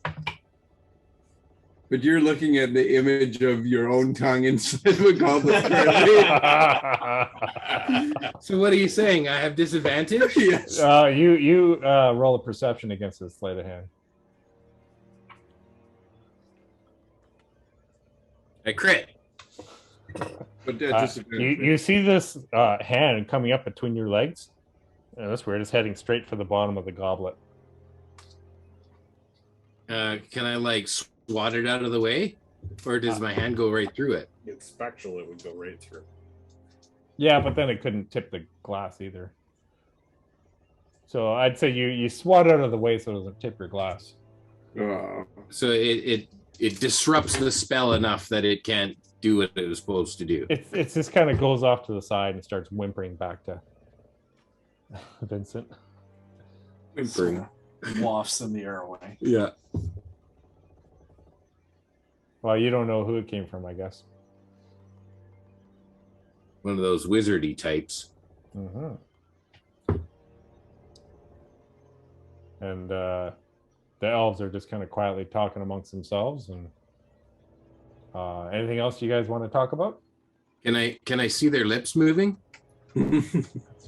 Yeah, you can. So I have the observant feat, and I can tell what they're saying to each other. Read lips. And you see Vitaris just like, have you seen my notebook? Like, I thought I had it on me. It must be in my cabin. All right. Can I excuse myself? Sure. Where's the head? They point. It's up deck in one of the smaller pods on the side. Got a room with a view. Yeah. Urinal just goes, there's a little hole straight out of the ship. That's right. That's what it is. Okay, I'll go and lock myself in the head and read the diary. Oh, okay. So this is just more of a notebook of Vitaris, and he's got different notes about this trip. He does have a note in there that kind of grabs your attention. And he says, Ratasso tells me to not make sure if I see Erdan to punch him in the face. I don't know. I understand the history there. I mean, what he did to his brother. It's a tragedy. It wasn't a princess. It was over a princess. That's the only thing. He talks about a note about Ratasso speaking to them before they left, talking about Erdan and saying if he does run into him, as unlikely that would be in D&D Fantasyland, that do me a favor and drive a sword through his neck. What? Oh, it's not just punch him in the face. Punch him in the face. Now it's sword through his neck. Yeah, a little bit of both. First punch him, then sword through the neck. Yeah. That'll get him. Okay. And then he there's a little note in there saying I understand his sentiment and where this is coming from, but that was a little over the top.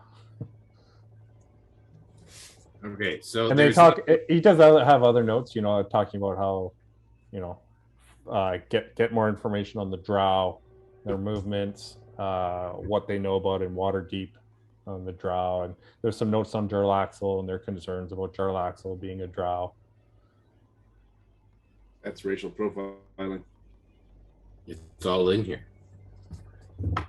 Is there? Do I get the feeling, or is there any maybe spell component list in the margin, or do I get the impression that Vitaris is a wizard or a sorcerer or maybe a cleric? So you leaf through a few more pages, and there's a note saying the king has entrusted me with the key to the Isle. It must be protected.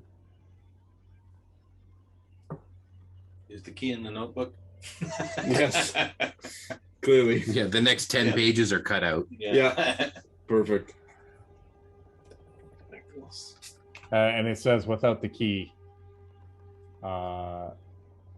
getting to the Isle would be almost impossible. Okay. Okay, and then before I go back to the dinner, I'd like to put this diary in their room. Can I go to their room and roll an investigation to see if you can find his room, and maybe a stealth as well. Okay, investigation. We'll do one at a time here. Yeah, investigation first. My investigation is 21. Yeah, you're able to find the room, no problem. Let's see if nobody Uh-huh. hears you going in there. My stealth is 6. All right. Nobody's there though. So you're Yeah, you go everyone into else the, is eating. you kind of the first door you come upon, and it's you open it up, and you recognize some of their packs and some of their clothes that they had they put down, and sitting on their bed, their backpacks. And you notice right away that this is definitely their room. Okay. So I'll put the diary in their pack. Okay. As you're putting it in the pack, you hear behind you, well, what are you doing? And you turn around and you see Calamar. Not Vitaris, but the other one, Calamar. He's like, what are you doing in our room? What are you doing in that pack? Oh, I thought this was the bathroom. I must be lost. Roll a deception. At disadvantage. I won't need disadvantage. Okay. Do you want to use your inspiration right now? Yeah, I'm going to use my inspiration on this roll. Because Okay. it's disadvantage. What does that get to roll again with disadvantage? No, It's a straight roll. just a straight roll. So I got to roll again. Yeah. You get to re-roll the d20, right? Worse. It's He- not going to matter. It's so bad. he looks at you, and his hand immediately goes to his sword hilt. Yeah, it's a 3. You're lying. What are you doing here? And he's going to see if he can see what's in your hand. He does not. I won't ask again.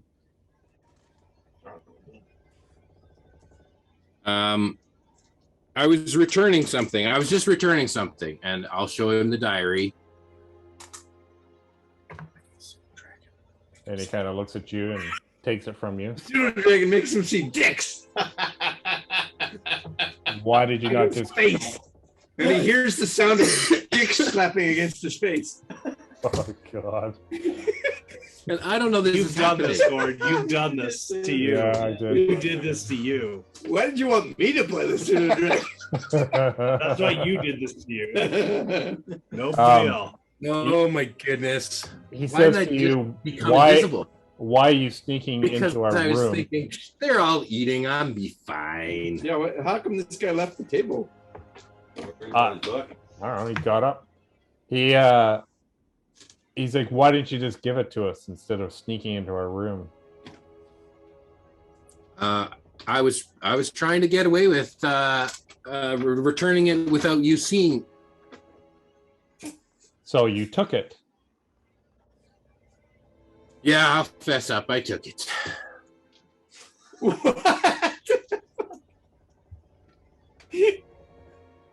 And you hear him yell out, Captain! It's not like I took your money. Captain! Captain Gregorius! He's yelling for him. You hear some... And you guys notice, you hear this too, and Captain gets up. He walks out the door. The captain walks into the door, and he's like, what? Yeah, what's going on here? And Calamar says, this person stole one of our books and was attempting to return it, but nevertheless, they stole one of our notebooks from Vitaris, and Vitaris comes around and, you took my notebook? That Yeah. guy's there now? And Gregorius looks at you, is this true? Yeah, I took the book. I was just trying to learn some knowledge about them without them knowing that I knew it. And he says, we don't put up with this kind of actions on my ship. And he calls over Slipknot, and Slipknot, take him up deck. And Slipknot kind of roughly grabs you. Same with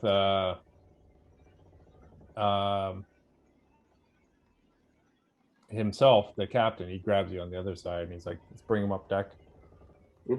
I would assume we're all there, probably, right? If everyone went with him. Definitely. And the captain brings you up on deck. Are you resisting at all? No. And he Oh, says, nice drink, Lucan. and he says to you, he brings you to the edge of the railing, and he says, "The penalty for stealing in my ship is to leave the ship." He sees an image of Lauriel looking very Jesus-like, like forgiving, very forgiving. He sees an image of, And he shakes his head. He shakes his head around, and he sees an image of his boss showing great forgiveness. and he thinks, if we weren't on this mission, you'd be down there right now. And he says, for the rest of this trip, and they bring you over to one of these pods that no one else saw. And he puts you in the pod and locks you in there. This will be your quarters for the rest of the trip.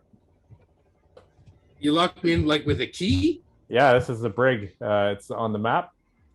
It's back here. Okay.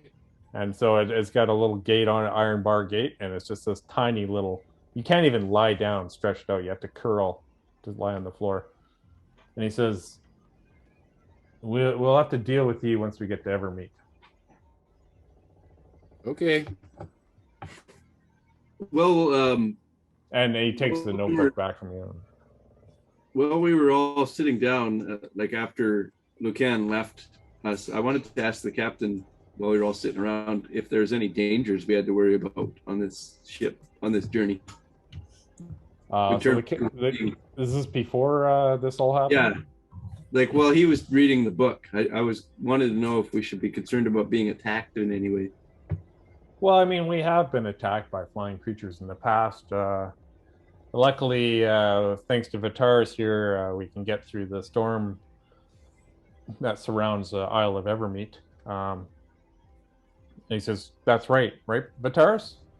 He goes, "Vitaris, yeah." He just nods yes. So I don't really have any concerns, as you know, just as long as the weather holds up, and it seems like we got decent weather. Okay. And then all the shit goes down. Right. Yeah. So yeah, Lucan, you are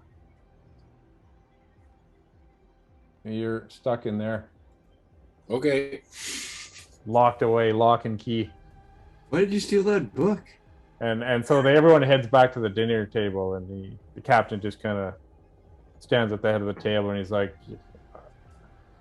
he kind of looks at the party and says, "Look, I know he's your friend, but we don't put up with any kind of stealing on my ship." And he says, "I hope this won't happen again."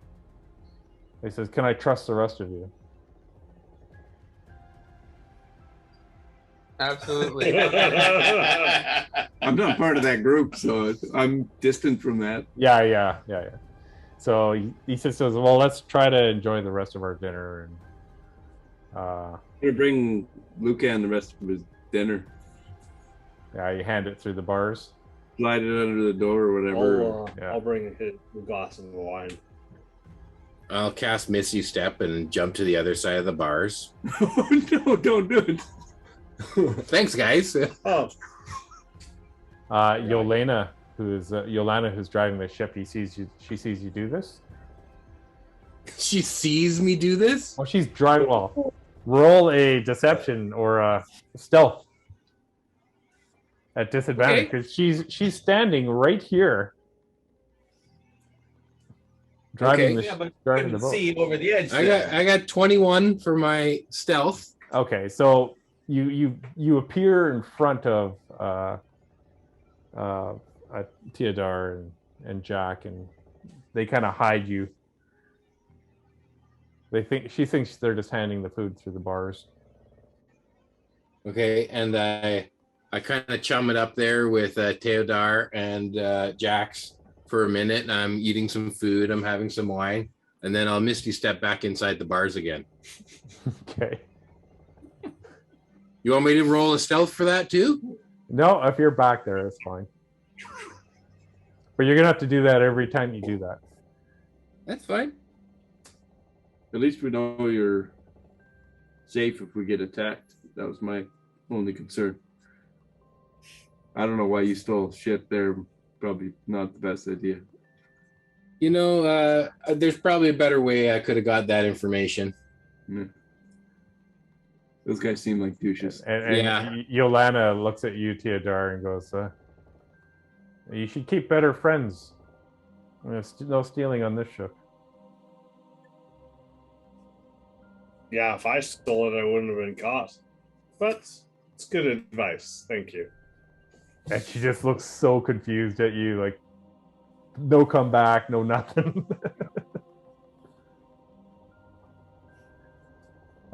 She just kind of goes back to driving the ship. So I'll look at Lucan and I'll be like, sorry.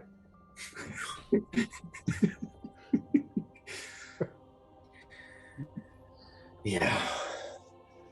You see images of ocean waves and warm beaches. So my pseudo dragon holodeck. Yes. Yeah.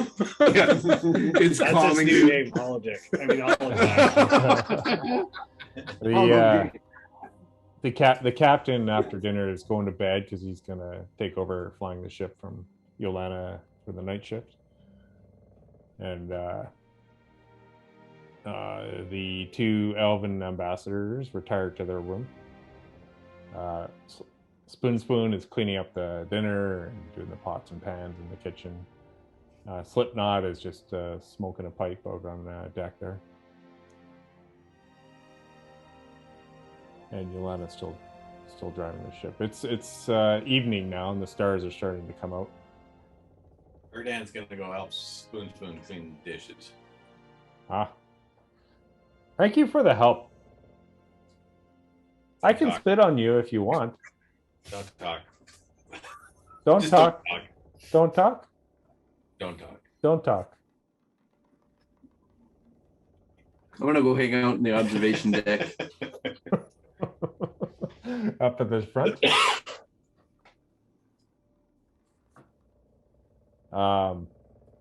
You're up there or on the pod? In one of the pods. Oh, in the pod. Okay, so you can be there. Paint cracks into the glass. Yeah. So, what do you guys like to do? The evening's yours. Is there anything you'd like to do? Theodore will grab the bottle of wine as it's not probably finished and make sure to cork it and put it in his bag, and I'll walk it over to Lucan and be like, yeah, sorry about that. Didn't mean for you to quite get caught. I thought everybody was eating at the table. I thought I could have got away with being sneaky without having to spend any additional essence. Figures as much, and I'll uncork the bottle and fill your glass back up, recork it, kind of set it in yourself. Hey, this is not too bad. I mean, as long as you keep the wine coming. Of all the places to be, stuck in it, at least it's got a view. Yeah. Anything of interest in there? Well, I'll look around the cell. Is there It's got a small little slot window, solid floor, and then the bar door to the deck. Is there a bathroom? Like a bath? Like a. There's a little hole in the floor. Drainage. Is there any secret treasure map? Roll an investigation. There we go. It's a 2-week-old boat. There's not gonna be You're anything. picking me die. 2-week-old boat. No. Investigation is a 7. You're not sure. You kind of looked everywhere. It doesn't seem like there's anything here. It's literally never been used before. Yeah, you're breaking it in. So the next one. So is there anything you guys want to do for the rest of the night, or? Well, I'll do some monk exercises out on the deck. Okay. Lead some Tai Chi for everyone. Slipknot's just going to kind of sit against the railing and watch you. I'm gonna join if Revy allows it. Yeah. I don't know what you I'm don't doing. interfere. I'm not worried about it. I just kind of duplicate what you're doing without any real skill. Sure. Well, roll a d20, acrobatics. You mean athletics, right? No. I'd say acrobatics. We're not strength I was moves. going to say performance, but you know. Oh, I'm fucking good at performance. That's my jam. That is 17. Yeah, you're keeping up to him. Revy's somewhat impressed. So the rest of the night, unless you guys have anything you want to do, it's getting late. Slipknot says, "Yeah, I'm gonna hit the deck," and he says the captain replaces Yolana at the wheel, and he says, "Captain, let me know when you want me to come up and relieve you." And he says, "Yeah, in about 5 hours." And Slipknot goes off to bed. Yolana goes to bed.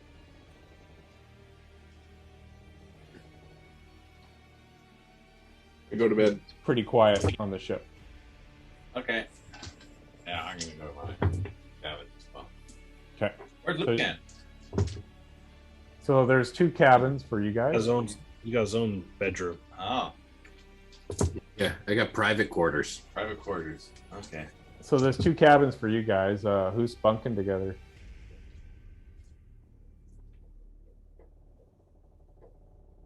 Well, I was gonna bunk with Lucan, but since he's not here, I guess I get to. Jack, there's Jack. there's a hammock down in the lower decks for you. So you guys can get. Vincent. Yeah, there's 2. There's a bunk bed in each room, so there's 2 per room. Not a problem. Everyone roll. You guys are going to bed? Yeah. Just roll a perception as you just listen to the creaking wood and the wind go by. Oof. 23. 21. 9. 23. Jesus, we're a perceptive one. Yeah, that's impressive, except for me. You hear the wind whistling outside. It's starting to get a little cold as you're up top. You're up in the air over the ocean. The night's getting a little colder, and you notice that Lucan it's chilly in here. You got wind whistling through your little cell there. Okay. Everyone going to sleep? On fire. Yep. Okay. So the night passes. You guys wake up in the morning, and it's another bright, sunny day. You got a good sleep. You kind of get up. You smell bacon and everything coming from below decks that Spoon's working on. Lucan, you didn't really get to stretch out there. It's pretty tight quarters. You take a point of exhaustion. You start the day off with a point of exhaustion. Okay. You And get caught outside of your cell because that thing is super uncomfortable. You're like, I just need like 10 minutes to go outside and stretch it. And so Yolana is back Can at I- the wheel. Could I have just used my Misty Step to leave the cell in the middle of the night so that I'm not all cramped? You're gonna ask me that after you get to take. Well, if you're going to give me exhaustion for being cramped in a cell and I don't want to be cramped. Sure. Okay. You can do that. Where are you gonna Misty Step to? I can Misty Step to outside of the cell. Okay. And then I'll cast invisibility. Okay. And I'll go to sleep in my bunk beside Erdan. So the bunks are full. No, there was a bed for me beside Erdan. Well, it's Teodar, Vincent, Erdan, Revi. There's 2 bunk beds. Yeah. Jack is down below, and there was another. So where was I to be? There was sleeping? going to be another hammock down below from one of you. Okay, so can I go find a hammock? Well, you can take my bunk. You got a spoon with So you appear in the room invisible of Erdan. You're pretty soft. Yeah, you can snuggle next to me. I'm pretty comfy. Cozy. Okay. Jack is down That's below decks. rapid hair. You say something to me, or So No. right now, Erdan, or Sleep.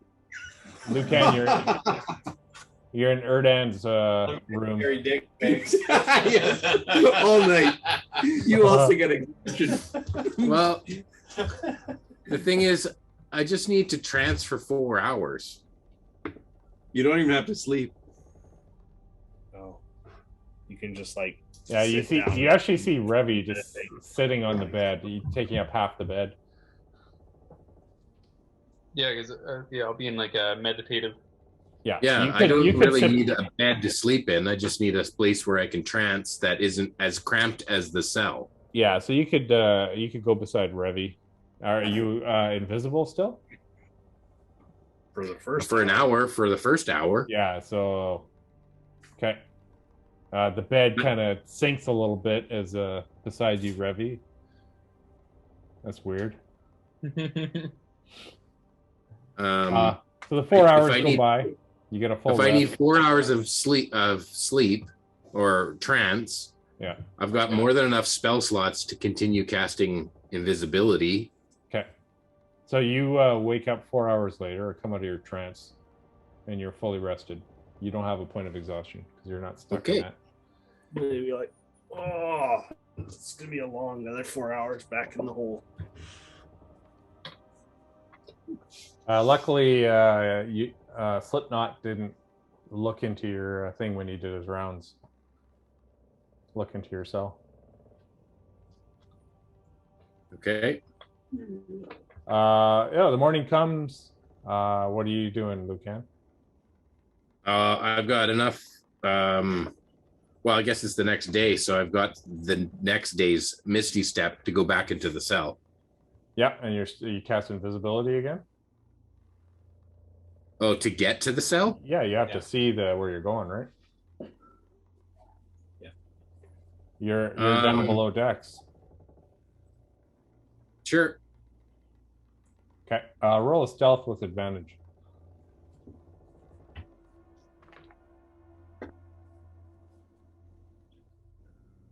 Uh, 12. 12.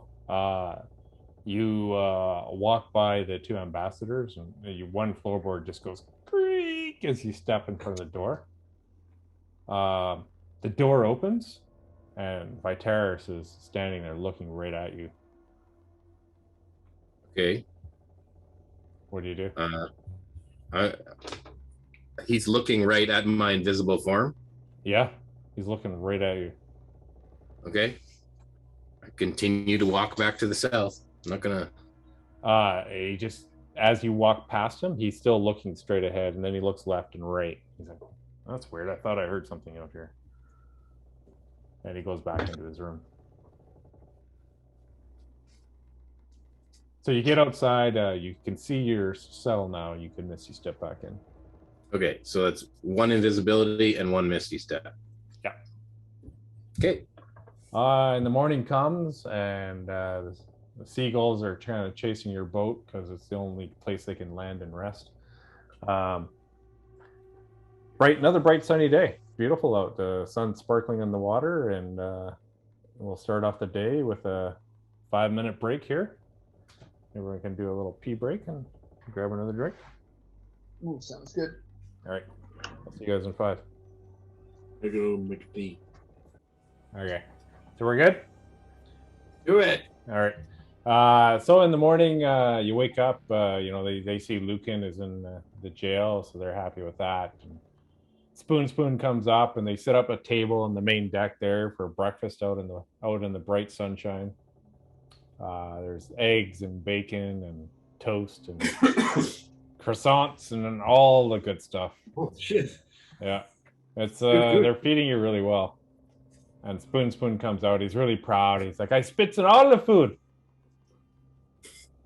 Thank you for eating my Spoon food. I spit in it.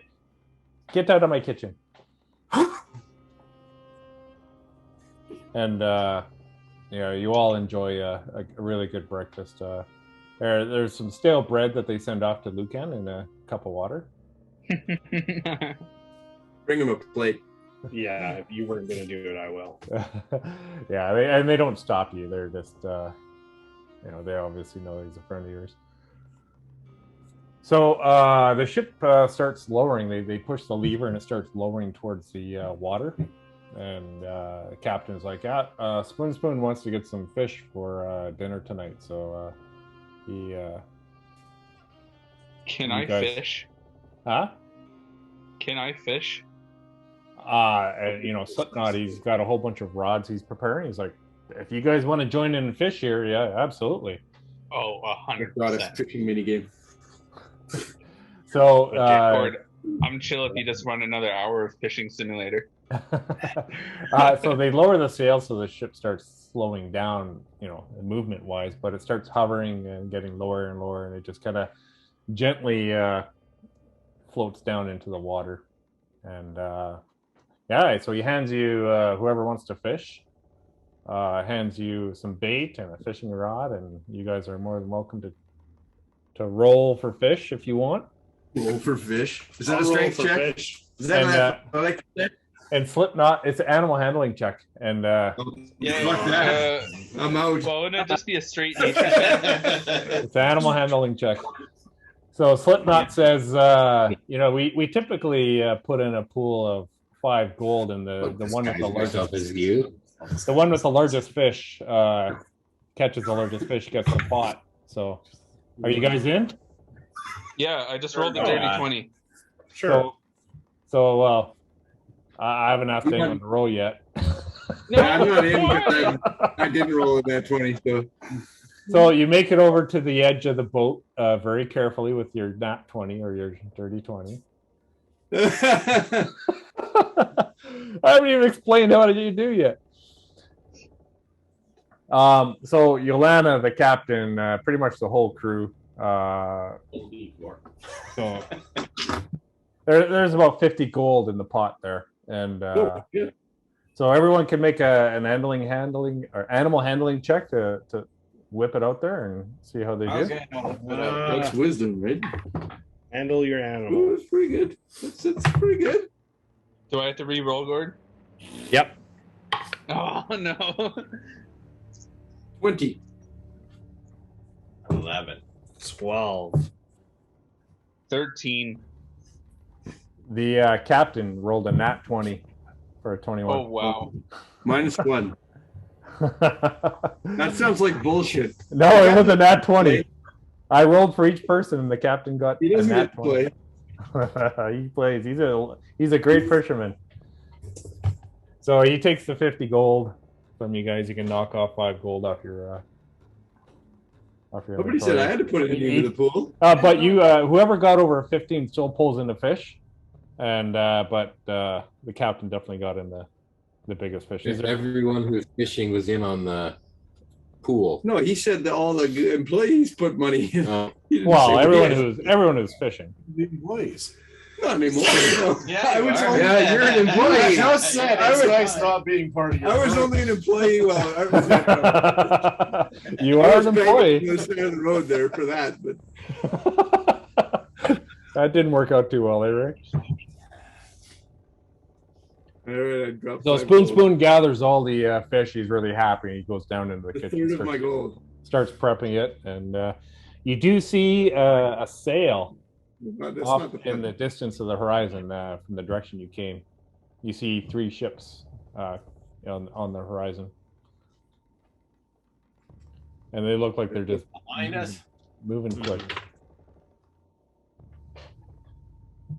Why are we slowing down? We got to win this race here. Oh, you guys didn't make a bet, did you? No. Well, we got our fish. We can get going now. So he pushes the lever, and the water ballast comes out, and ship starts rising. The sail lowers, and you start taking off forward movement again. Is there anything you guys wanted to do for the day? I'll just help out around the ship. There's an opportunity to jump in the water too if you just felt like bathing or whatever. I like getting wet. Can I use my pseudo dragon like a familiar where I can see through his eyes? But all he sees is dicks. That's what it is. It So- works just like that. So then, if I'm stuck in my cell, I can at least see through the pseudo dragon's eyes and kind of keep tabs on what's happening in the rest of the ship. Absolutely. And yep, no problem. I'm going to walk up to Laucan and say, "Hey, you want to mind meld with me so that I can keep you appraised of what's going on?" Mind meld? Yeah. You do mind melding? Yeah, it's one of the things I do. Mind schmelding. One of the many things I do. You too. Okay, good. So for the next 6 hours, we are psychically linked. Ooh, you the The three of us. or the Why? So I can send. You can communicate with me or him. I send dicks to your If mind. you- No, it's communication.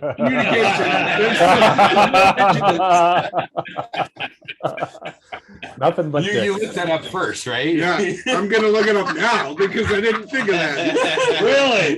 You didn't think that would I didn't happen? think you would be so immature. No, you never sent any dicks to me. That was to Erdan, right? So I don't Yeah. know. I don't know either. Well, it's a pseudo dragon sending dicks, not Jack. Yeah, That's there's right. nothing to do But it with wasn't Jack. to me. It was to Erdan. So I That's wouldn't true. even know this is the kind of shenanigans that he Nah, does. it's just Durden has a boner for some reason. You don't know why. Morning wood. That's right. Yeah. So if something goes wrong, we can let you know immediately. Okay. So yeah, I mean the day's free. Everything's kind of, you can suntan, you can chat with people, you can play some poker if you wanted, or whatever you want to do. So play some more target practice, with ballista target practice if you want. I'll just kind of explore the ship, see if there's anything interesting. Sure, roll an investigation. Nope.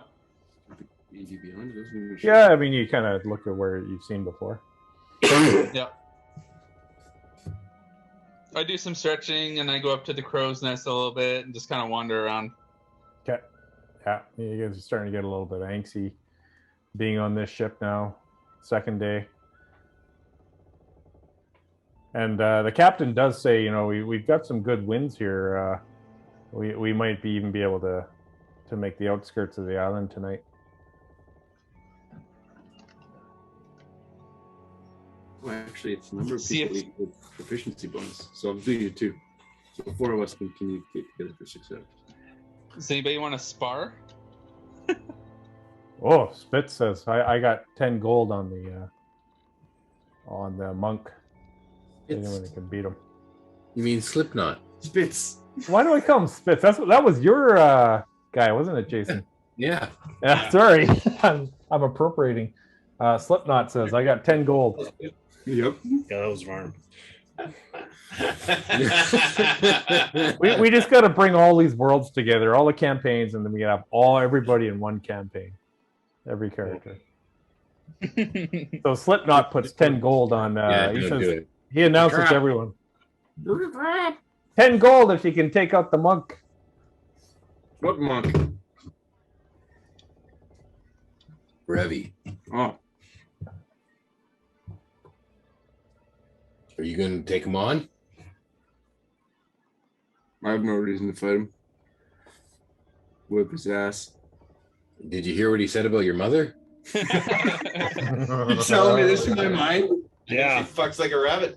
My father was a hare. I will take on Erdan. I will defeat Erdan in Mortal Kombat. You challenge Erdan? You challenge the cleric. The cleric with a dirty mind. And the entire time we're fighting, Fizzbot is attacking Erdan's mind with all of his psychic shit. taking this very personally.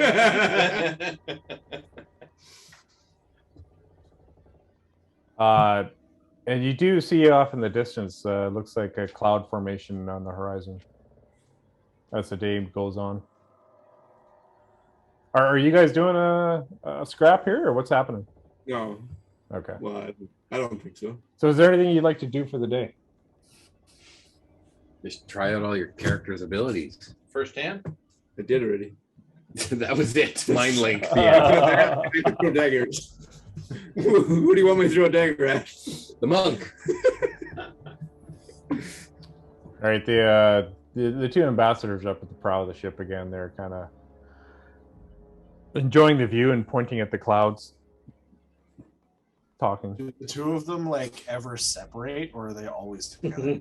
Oh well, yeah. The Calamar did leave to go to his cabin separately last But night. like throughout the day, just like wandering around. Oh no, they do separate every once in a while. They don't always hang out. So. Joined And at if you wait a little bit, you know, Calamar goes back to his cabin for a bit, going to take a nap, and Vitaris, he kind of sits out at the prow and soaking in the sun. I'm gonna spend a little while watching the brig while Slipknot does his rounds. Does he like test the lock every time you walk by or anything like that? Are you gonna tell the captain if he blinks out of there? No. Oh. I just want to know if they test the lock or not on the. Oh, when they do course the it's rounds? flower. No, they just kind of walk and make sure he's in there, and you know. All right. And that's Yolana and Slipknot and the captain. They take turns driving the ship, and when one's driving, the other one will do a round and then go off and do a nap, and they kind of switch off that way. I'm going to let everybody that I'm telepathically linked to know that it doesn't seem like they really care about the lock that much if somebody wanted to pick it. Like, message received, thank you. I could try, but I'm not probably as good as others might be. This guy works for the captain. Can you trust this guy? Yeah. He's been kind enough to leave. This guy's awesome. He was jumping on the glass floor with me. Like, yeah. It seems funny. He doesn't really seem like he's part of the crew. No, I don't really do anything. I was told I was hired as an entertainer, but this ship isn't big enough for entertainment. So I thought you were hired as a muscle to carry the cargo on and off the ship. That's not what the DM told me. The first night, yeah, he didn't ask you to do the entertainment because he just wanted more talking. But You understand for Dick Master? tonight you'll have your chance there, Jack. It's like a performance, like a There you go. Exactly. so like an illusory sort of magic type performance thing. That's why I got the top hat and the tuxedo and all that. I'm a magician. Okay. Yeah. Illusionist. Yeah, I'm an illusionist. So the day moves on. You know, you guys are just kind of milling about and doing your own thing. So we get to more dinner time, and you know, Spoon comes in and says, "I need you all to come down. We eat fish today. Lots of spits in the fish. Get out of my kitchen." And he invites everyone down into the dinner table except for Lucan, of course. Yeah, it's horrible. Just use as many vile words as you can think of. So you guys are all sitting around the table. Spoon brings out the fish that you guys caught today. As well prepped. There's lemon. There's garnish. There's rice. It's fantastic. Brings out the wine and the ale for you guys, and yeah. So the captain Gregorius, he says, you know, it was a great day today. We got lots of distance. Our winds were definitely at our backs today, so I think we're ahead of schedule. We might hit the outskirts of Evermeet tonight. So let's to celebrate a bit. He turns to you, Jack. I heard you have some performance abilities here. Would you like to give us a show? Sure. I need some targets set up. Oh, okay. Well, whatever you need. I'll need a volunteer. Anybody volunteer? I'll Takes an volunteer. apple off of the table and puts That's it on top of exactly his what my head. performance is. All right, Revy, you I've seen stand this show up. before. Revy stands Right. up to volunteer. The second he does that, out of nowhere, a psychic dagger appears, and I whip it through the apple. Hopefully, Oh, roll an attack. actually, Is this the performance? I'm going to. piece? Or like I'm going to actually, as this is happening, I'm going to steel myself, and I'm going to attack recklessly. I want to cast Blade Ward on yourself. Too late. That's a nat 20. Oh, so you whip it at his head, and Revy, you see this. You're trying not to move, and you don't move, and this blade goes right through the apple. It takes it off the head, sticks it onto the wall, and it just kind of slowly falls off the dagger, perfectly split in two pieces. And while you guys are staring at that, they just fall to the floor. These perfect slices of apple, about 20 feet behind Revy. Excellent work. Nice, and Gregorius is clapping. He's like, "That's amazing. Do it again." And so the performance is mostly just like juggling with daggers and throwing daggers strategically through different obstacles and. Oh, roll a performance check. All right. See if you kill anyone. Recklessly perform. Oh, I fucking suck at this really bad. That's it. I think an 8. An 8. So you're juggling daggers and stuff, and then you drop one, and it just misses. Bang, bang, bang. Theodore's, it just misses Theodore's foot. It lands right beside him, sticking into the floor, and you know you're Can I grab this knife? No. Oh. As soon as I use the knives, they disappear. So like, I'll be like, go to grab it, and be like, oh. Which At this means I time, can't- like as he's performing, I'll like kind of make another plate for Lucan, grab another bottle of wine and a cup, and I'll walk it over to his cell. It's so bad you walk out. Mid-performance. Started off strong. Maybe it'll get better when I get to the second act. And I'll walk over to Lucan, and it'll be like, here's some fish and some rice, and about another bottle of wine to keep you company. Oh, thank you. I reach out and I touch him. I cast Greater Invisibility. What? Oh God, you're okay. All right. Greater trouble. That only lasts a minute. Yeah. So for the first 30 seconds after I pass the plates and everything, I'll take my thieves' tools out and I'll unlock the cell. So at least you could just like open the cell and shut it and not lock it, like because you need the key to lock it. You're just gonna cocoon. Roll a sleight of hand. It looks Sleight like of hand? It's a fairly, Or like- a dex check for to unlock it. You want thieves' tools? Yeah, thieves' tool. No, that was the same, anyways. 22. Yeah, it easily clicks. It's a simple lock. Blink. And Like- roll At least a stealth because Yolana is still at the wheel. With 20. advantage because you're invisible. Yeah, it's job. 19. Where did you? Yeah, but you just disappeared right in front of the door. Yeah, I'm see-through now. Yeah, so, Yeah, so roll and stealth let's checks with roll it. stealth to see if she saw you just disappear. Noticed you disappear. Like advantage or non-advantage? Well, this is more of something changed. There's no advantage. Okay. You went 28. invisible in front of someone. See if they noticed. The Sure. cell is within eyesight of the ship's wheel. I rolled a 28 for my stealth. I So don't know. the ship's wheel is right there, and Yeah, you're right but- there. Yeah, but way I'm- down below. I'm No, way down below. You I'm walk on the o- aft cap. You walk over and go into that. The door is like right here. Okay. No door. So yeah, she doesn't. Okay. She doesn't notice. She's paying attention, and looking behind her at something. Yeah. So, you unlock the door. You turn invisible.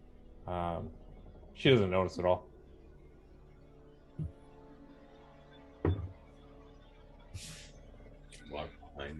Wait until you become visible. Boo. You got 1 minute. I know.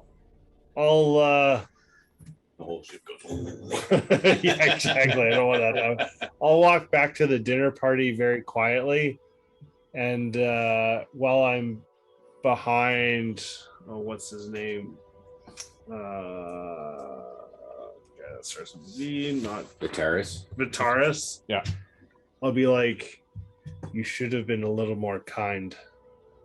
Not everyone needs to be so harshly dealt with. And then I'll just like walk back to my seat, or like I'll walk past like and back out and then just become visible. And Oh, you were invisible when you said that. yeah. And he kind of looks around. Yeah, he doesn't know. He's like, did you hear that? And I'll walk back out and like wait for the invisibility. You're like, how fucking long does this take? And I'll finally drop him like, oh thank God. And then I'll walk back in.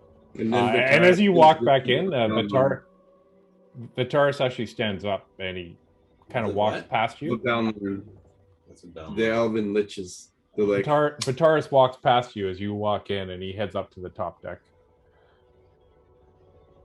I'll just kind of nod and just kind of like not scowl at him, but just kind of like and make sure to like pass out of his way.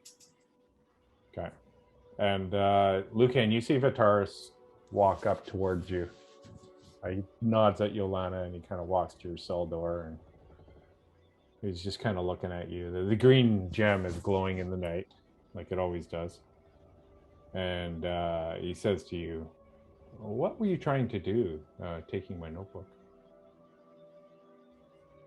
We're just trying to learn more information about you guys.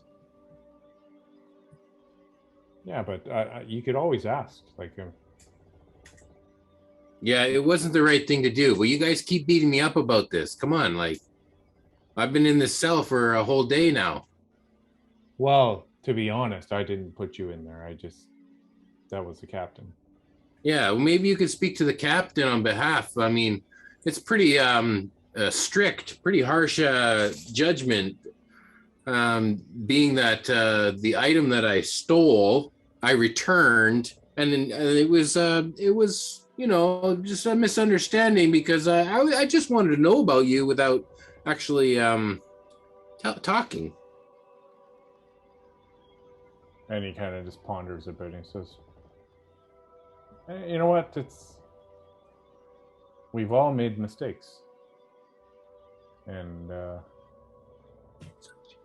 forgiveness is important. Let me just think about it a bit. I need to get some fresh air here. And he walks away to the front of the boat.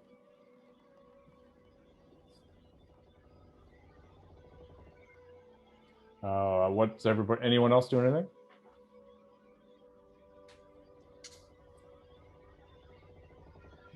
How's her? We're getting can close I- to get home. Yeah, he's in the sauce. Calamar gets up and he's like, I'm going to turn in early. And he says, I've got some letters to write and some reading to do. So he's heads off to his quarters. Can I try exploring again? Sure. Roll an investigation. One more time. Nah, still nothing. Nah, it's the same thing. You keep looking in the same places. Yeah. Anyone else doing anything? Do it. what? Tadar will go over to Slipknot and be like, that machine that shoots the arrows, can I give that a whirl? And he's been a little tipsy My and projectiles kind of. yeah. I can usually use my own bow, but He's been drinking a little bit, and he's like, well, we never do it at night, but sure, let's go up and do it. It's real dangerous. And he starts stumbling up the stairs. Is it like the sun is going down or like the sun's gone? The sun's down. Okay, then I won't ask him to do it I Oh, won't okay. shoot it in the middle of the night. I can't even see what I'm hitting. There's some lanterns on the deck. Yeah, but how cool would be a nat 20 and hit something in the dark? Yeah, exactly. I'll hit something huge in the middle. Does it look like I hit something? Taking out. Shit. comes flying in. Yeah. He was just looking to see what. Hey, well, you just attacked me. What the fuck? No, I'll wait till tomorrow morning. Okay. Is anyone else doing anything? Sleeping. I'll keep the psychic connection going. I'll do my nightly. I'll do my couple more stretches out on the deck before calling it in. Okay. So Vitaris is sort of wandered off amongst the ship. he seems to like the prow of the ship. He likes the view up there. He's by himself up there. So Vince is gonna sort of wander out somewhere a little bit more private. Okay. And then cast disguise self to look like Vitaris. Look just like that guy. Yeah. Same guy. Yeah. Okay. And then I'm gonna wander into his room, and I'm gonna start rummaging through the bags to see if there's anything interesting. And you see Colomar in there. He's at a desk in there, and he looks up at you and goes, "Oh, yeah, are you calling it a night?" Yeah, I just gonna go through the bags, make sure that nothing else is missing, and just do an inventory of everything before we get home. Does disguise self disguise the voice as well? Okay, so roll a deception to convince him that you're him. Roll 3 1s and a 2. You could use any of those. There is another brig on the other side of the ship too. just so you know. That's a 22. Nice. Oh, yeah, it's a good idea. You know, we don't know this group at all, so it's best we check. They don't seem dishonest, but never be too careful. Well, I mean, they all seem okay. I was actually surprised that Lucan guy was, you know, they seem like a great bunch, but when people start taking your stuff, I just don't trust it. You know? What's weird is I never remember being close enough to him that he would have been able to lift it. It's the oddest thing. Maybe he magicked it away from you or something. What are the odds that somebody could be able to do that to me? He could have. Maybe you did leave it in the room and he just took it from there. And then he starts thinking about it, and he's rummaging through his own stuff now, wondering if some of his stuff is missing. So you rummage through his bag, and you see, a couple of rations. You see a nice dagger. There's about 20 platinum. Use that. Okay. Just a couple letters. It looks like family letters that he's opened, and just more personal from family and stuff like that. That's about it.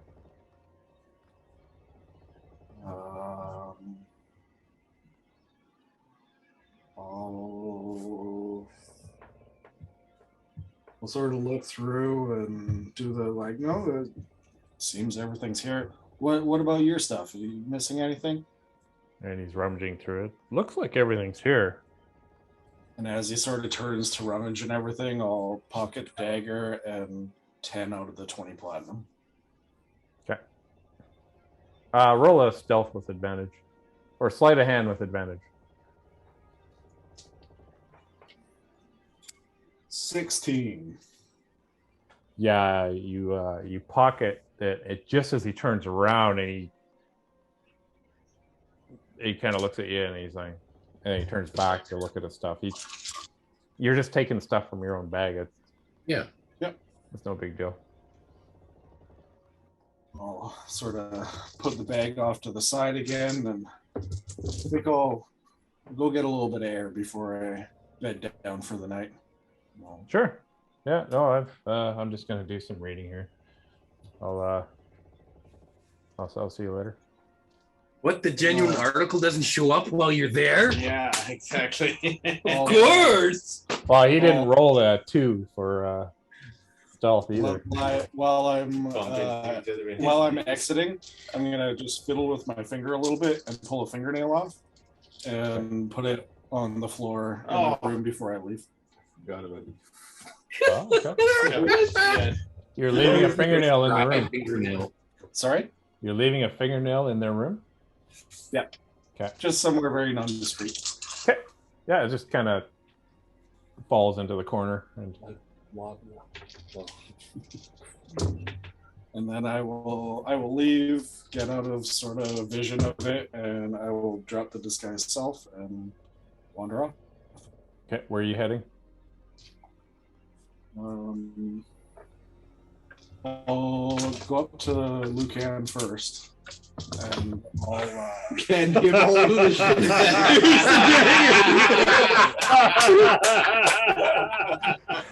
Here's a dagger. Can you hang on to it for me? The whole time. No, I have a bag of holding. I'm gonna throw it all in there. It's fine. I'll wander over and I'll sort of sit beside the cell and be like, "So you wanna stretch your legs or?" Sure. And you see Slipknot has taken the wheel now.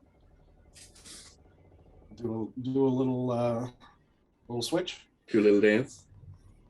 Well, Make it a little the cell's open now. We can walk in and out. Oh, I guess a little bit easier. But So Slipknot is like 20 Slipknot feet can away see from you. us from here. Oh yeah. He'll look away at some point in time. So what are you guys doing? Minor illusion the door to be closed. And then Okay. Just minor illusion. The door is like 5 feet farther forward, and then just like then you're safe in Then I can open the door behind the minor illusion. yeah. Yeah, I could do that. Have an hour. Yep. So I'll do the minor illusion door switcheroo Okay. so that I can become that we can get in and out, and Vincent's going to take my place in the cell as me, and I'm going to slip out as him. And you look over at Slipknot, who's had a bit to drink because he was talking to Theodore, and he's just kind of singing these songs, and he's not even paying attention. He looks like he's drunk driving a little bit here. The ship's swerving around. Yeah, sometimes it's leaning off to the side. And he's just like singing songs, and he's just whooping it up by himself. So I'll cast disguise self again and look like Lucan and wander in through the minor illusion door and take my seat for the next hour or so and let him stretch his legs for a bit. Sure. So I see Vincent walking up to me on the ship, and we're all telepathically linked. So in my mind, I say, I want to talk to Vincent. And there's a guy in front of me looks like Vincent. So who do I talk to? So you're talking to the guy who's in you talk to everybody. Right, we're all No, linked. you can talk to anybody of the four of us. Not all at once. Not all at once. No, not That's it. So you're talking to Vincent in the brig. okay. So if I think I'm talking to Vincent, I'm actually talking to you, but I'm like, hey, how's it going? Hey, you want to go get a drink or whatever? Where is everybody too? Like Revy, you're doing some moves on the deck. Theodore will be with I'm not doing much. Okay. Theodore will be He with speaks to Ravnet. me, and then Okay. I have to listen to my earpiece to hear you tell me how to answer. But you said we're all telepathically linked, so I could tell You can Lucan- talk to whoever you want, I think. So I could relay the message, and it's just a game of telephone at this point in time. For a number of Jack told you to go fuck yourself. Pass it along. Telepathically to you and speak telepathically with them. Oh, so not to each other.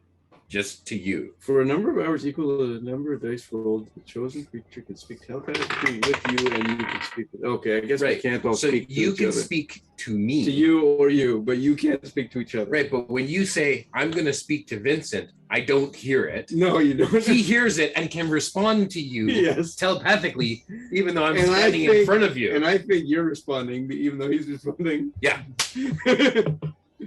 It's great. And you're giving him this weird look, and he's like, Right, the face doesn't match the telepathic. To send and receive messages, you and other creatures take no action and must be done within 1 mile of each other. So I'm nodding my head. Yeah. He's saying no. No fucking way. No, I'm a little tired. I don't even know who you are. You're like, yeah.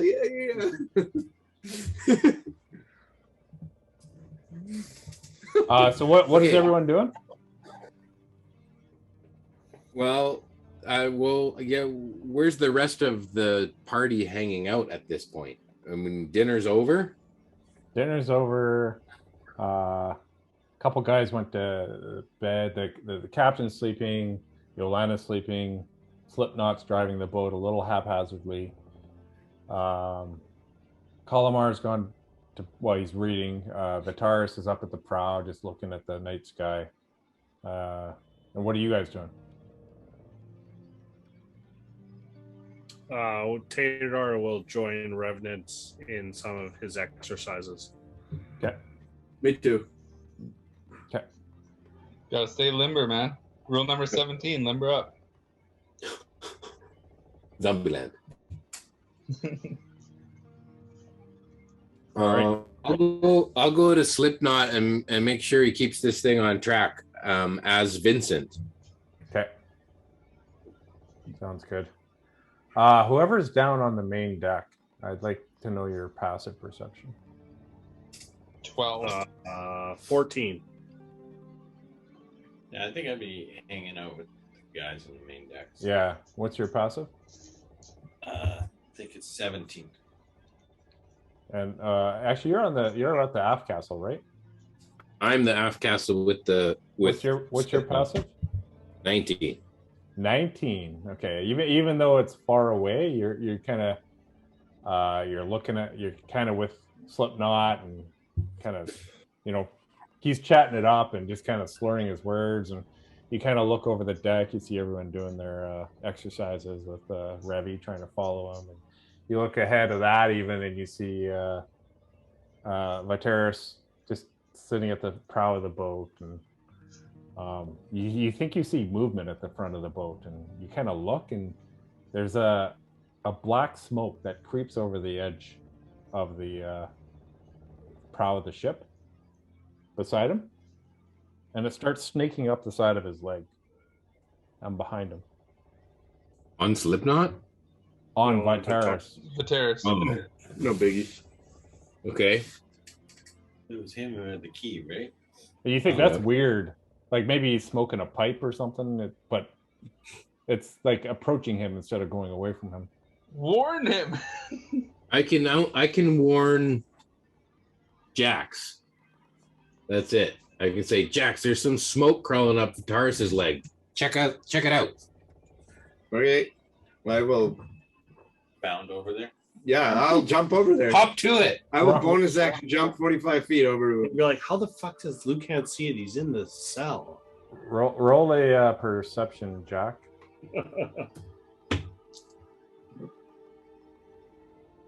15. Okay. You see some kind of movement, but some smoke around him, but you're not sure what it's doing, and then it seems to disappear somewhere. Lucan, are you still staring at him while you're talking to him? He gave me a warning that had some urgency. Yeah, right? it's just you couldn't. You just the way that's starting to be a little I more gave mystic. him a mind link. Yeah. Yeah. So you don't quite perceive it as well as Lucan does, but you did see some kind of smoke around him. Lucan, you actually see the smoke curl up over his back shoulder, and it goes into his ear and disappears inside of his ear. But I wouldn't just stop. You saw smoke around him, and then it disappeared somehow. You're not sure where it went. but the concern that I was given just goes away. No, I mean, what do you want to do? I'm gonna You were keep told going you to- were told something. You saw something odd around him. What do you want to do? I'm gonna go see if he's safe. I'm gonna go run up to him. Okay. So you're able to run up to him, and he's standing right I beside move you. really, really fast. So you're standing right beside him, and he's just kind of looking out over the deck. Are you okay? And he just kind of looks straight ahead and turns to you, looks you in the face, and kind of a blank stare in his face. And then he just turns, looks out over the water in the sky, doesn't say anything in response. All right. I guess I've never talked to this guy, so I don't know if that's weird or not. Should I just stab him?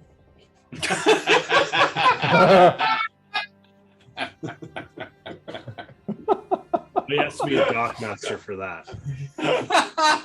Not an intent. What do you want to do? So he's 5 feet away from the edge, right? I could just shove him over there. The necklace. Oh god. Yeah. He's like, you're both kind of on this narrow little platform. All right. You got a railing on it, but There's danger here. Are you safe? Talk to me. and he just keeps staring out over the water. The fuck's your problem? I'm gonna shove him, like push him a bit. You Not give him try a and move shove, him. and he loses balance. And he falls to the ground. Falls overboard.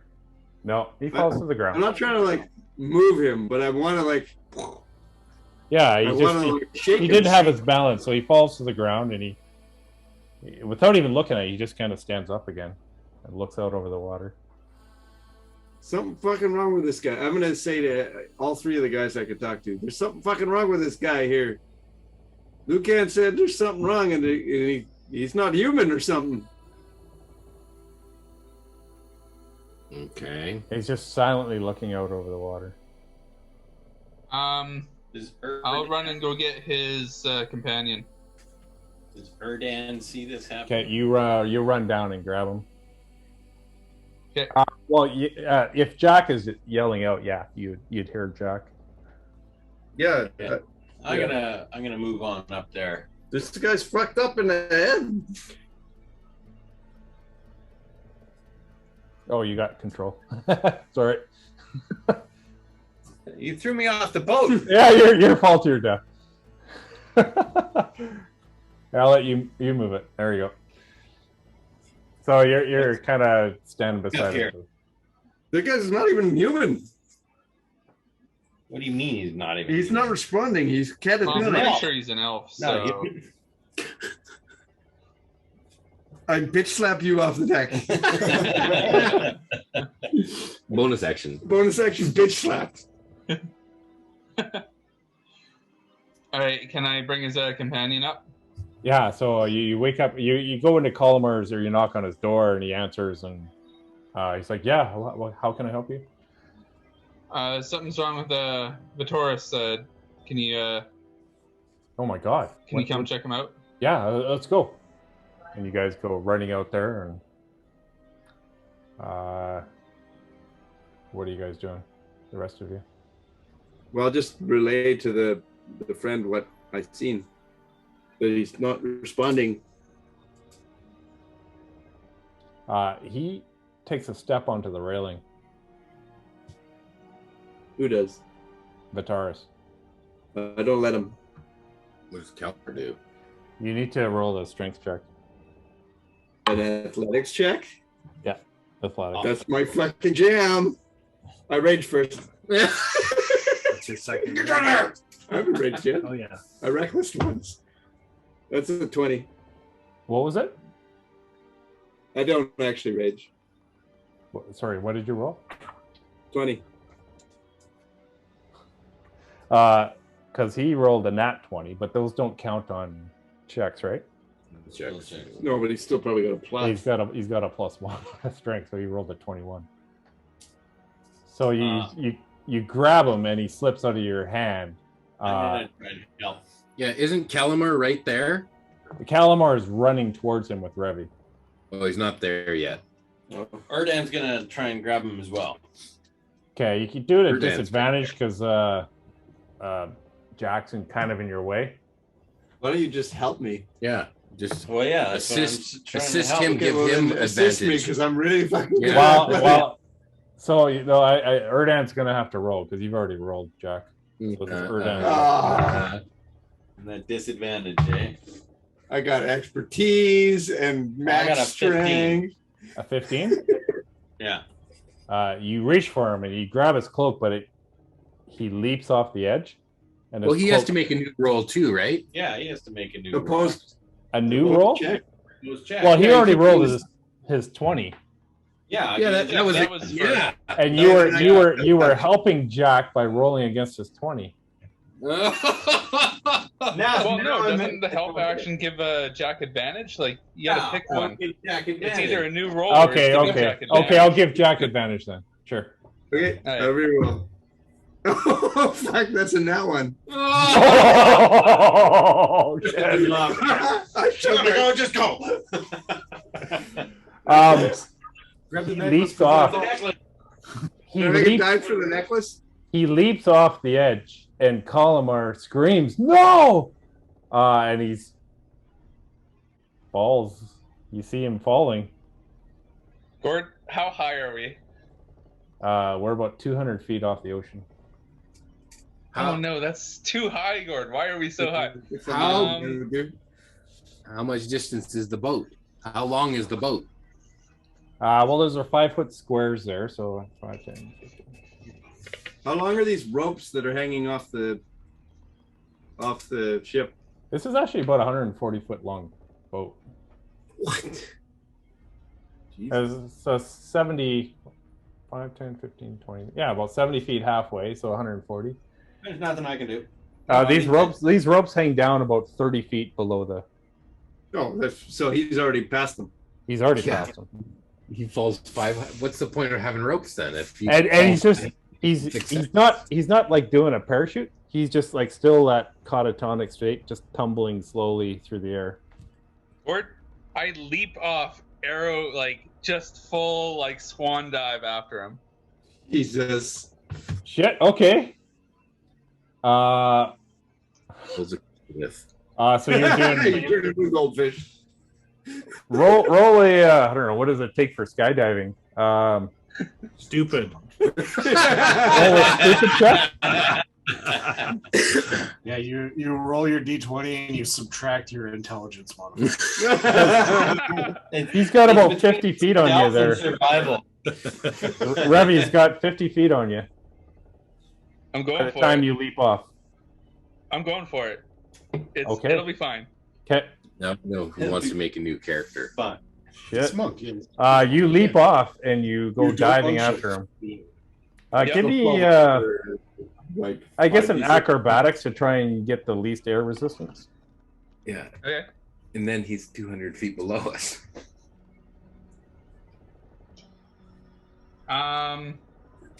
Start lowering 15. the ship, damn it. What's Yeah. that? Too late. 15? 15. Yeah, so you catch up to him about 10, 15 feet. Yeah. But now he's about 100 feet away from the water, and you're at about 130 feet behind him. I'm 130 feet behind him. Or Don't sorry, make no, me- you're at 130 feet above the water, and he's Okay. 100 feet above the water. Okay. No, you're I'm trying to catch up. 140. Sorry, you're at 140. He's at 100. Okay. Can I reach him before the water, Gord? So basically, when you roll a dex, an acrobatics, I'm saying that's how much closer in feet you get to him. Okay, so there's like Roll 40. And Can I he's roll- doing 50 feet every roll. He's doing 50 feet. But he, and so he's got 2 rolls, so I'd have to get 2 20s basically. Yeah. Or he dropped 100 feet. Okay, can I try for? Can I double dash? Or can I dash in the air? He can't dash in the air. Okay. I'm gonna still try and reach him. Okay. Your dash. Just get a step of the wind. That's a nat 20, Gord. Oh shit! You Plus just 7 is 27. holy shit! Yeah, you just gained 27 feet on him. So now this last one. Oh, this is right at the wire. You have to roll You it. need Yeah, 15 or better. You have to beat a 15. Okay. I got 22. Nice. You catch him with about 5 feet to the water, and you guys are burning. Like Feather falling. feather fall? Okay, Feather so falling. I'm trying to think how this would work. Even if a feather fall brought you to an instant slowdown, that's still a lot of damage. It's 60 feet. Was it? But you don't have space to slow down, is what I'm saying.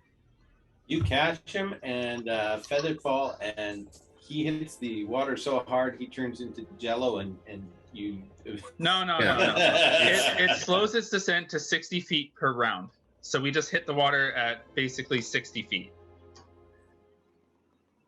60 so feet hard. per round. Yeah. So you take 60 feet of fall damage? If you would have done that like the previous one, I don't know. No, it instantly Didn't have slows him us to yet. 60 feet. Okay, but you're going at like let's say 100 miles an hour, and then now let's say you're going 120 feet per second, and then now you instantly slow to 60 feet a second. What does that do to you? 60 feet in 6 seconds. So he's actually doing. Monks do Okay. negate a bunch of damage for falling. I won't take a ton of damage. I don't think I'll take any damage actually. Okay, Really? so how much damage does he take? I'm gonna roll. Your monk level If it was- worth of d6s or something. Right, but less? if it was 60 feet Or of times your monk fall level? damage, that's only It's how many d6? 10 d6. 66. Or 66, yeah. So have him roll 66, and he can subtract his monk stuff I from think there. it's like Yeah, 5. so Okay, so you roll So I get 66 and to- I roll I get- 66. Well, he won't take it. So 5 times my monk level, I don't take 35 fall damage basically. Okay, I got to roll for him. So even at So- 6d6, I would take no fall damage. But he's only Really? Okay. fall Yeah. damage with 60 Of feather feet fall? per second. Yeah. If feather Let's falls see what this guy 16, rolls. that the point of the spell is you don't take any damage. So this guy takes 25 points of damage. No matter what the That's fine. physics are, Can he it's cast? magic. Can he cast another And he person? slams into the water and kind of disappears under the And water. cast him. It's on. You hit the water and the feather fall kind of cushions you into the water. You don't take any damage. He's sinking below Alright, you. I'm gonna try and try and grab him. But like monks Okay, do slow fall. Yeah. roll a That's the things. Yes. So he's grabbing it. He's saying. roll a dex check to grab him. By your monk level. But slow fall off of what? You got nothing to Yeah. slow your. Dirty 20. Okay, you grab him for sure. Roll a perception. He's just got baggy pants. He's got merry Parachute robes pants. on, right? Roll a perception. 7 perception. A 7. Yeah. Okay. Oh shit. You're able to grab him and pull him up to the surface. Okay.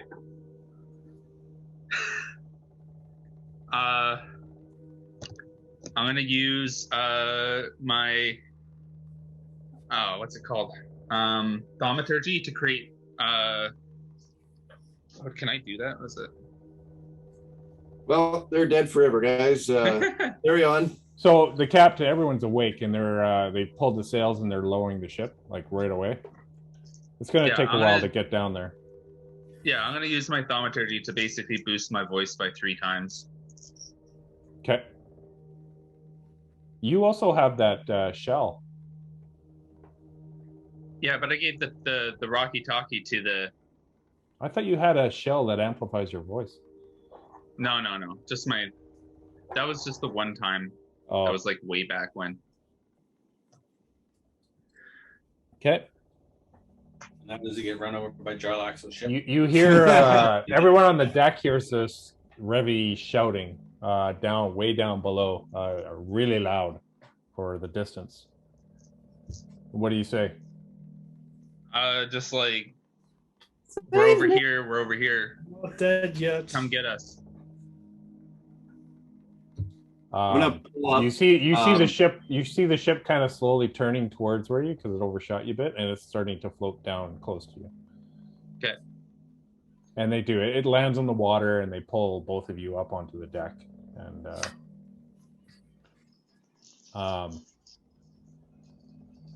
The rabbit pushed him. Vitaris, Yeah. Vitaris is kind of catatonic there, and he's kind of white. He's not really moving. He's kind of in the same catatonic state. Does he still have his necklace on? You don't see his necklace.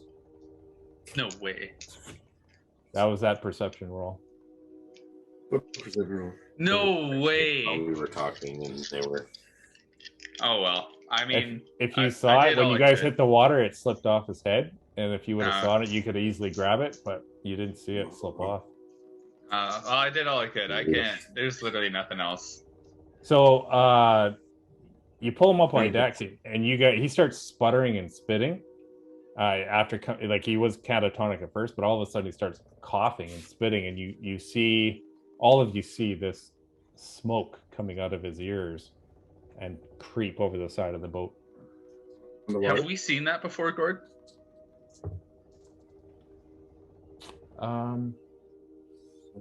You've seen something similar. That it was the guy that attacked and killed the previous head guard, wasn't it? Or the No, you've seen something similar. Well, but it actually took form when the Temple of Morden, when you fought the Shadow of Strahd. Oh. But this thing didn't have a form. It's just like a shapeless smoke that kind of starts cruising along the boat and then dips over the side. Okay.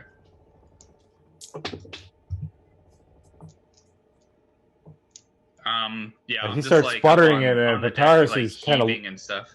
Vitaris is spinning up water and coughing and all that, and he's bleeding, and he's got a broken rib and a broken arm. He's just kind of like a shocked look on his face. He's got a shocked look on his face, like looking at everyone like, "What happened? What happened to me?" What did you do? What do you mean? I was looking out over the water, and then I'm here. What happened to me? And he's like holding his arm and his ribs, and he's in pain. Where's your necklace?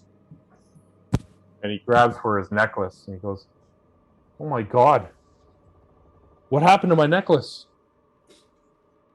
And I'm just kind of like sitting there, like wheezing and shit, and say, "It must have fallen off when you hit the water." We got to go get it. Like, we need that. You can't go to Evermeet now? Oh, well, let's turn around. Well, we tried our best. Yeah, we tried. We tried. You're on your own. Well, Yeah. we have to get through the Guardians of the Storm. Well, I mean, that's not possible. Let's go back. Is there any way to accomplish this? I mean, it's been done, but it's not easy. So we should wait and send Jarlaxle's ships through first. Yes. Or maybe we should go and get this. Yeah, we should. And he says, "There is no way I was letting a drow onto Evermeet. I didn't give them a gem." Who said? Is there any way They wouldn't to have been locate able. your item? He says, "There's no way they would be able to pass through."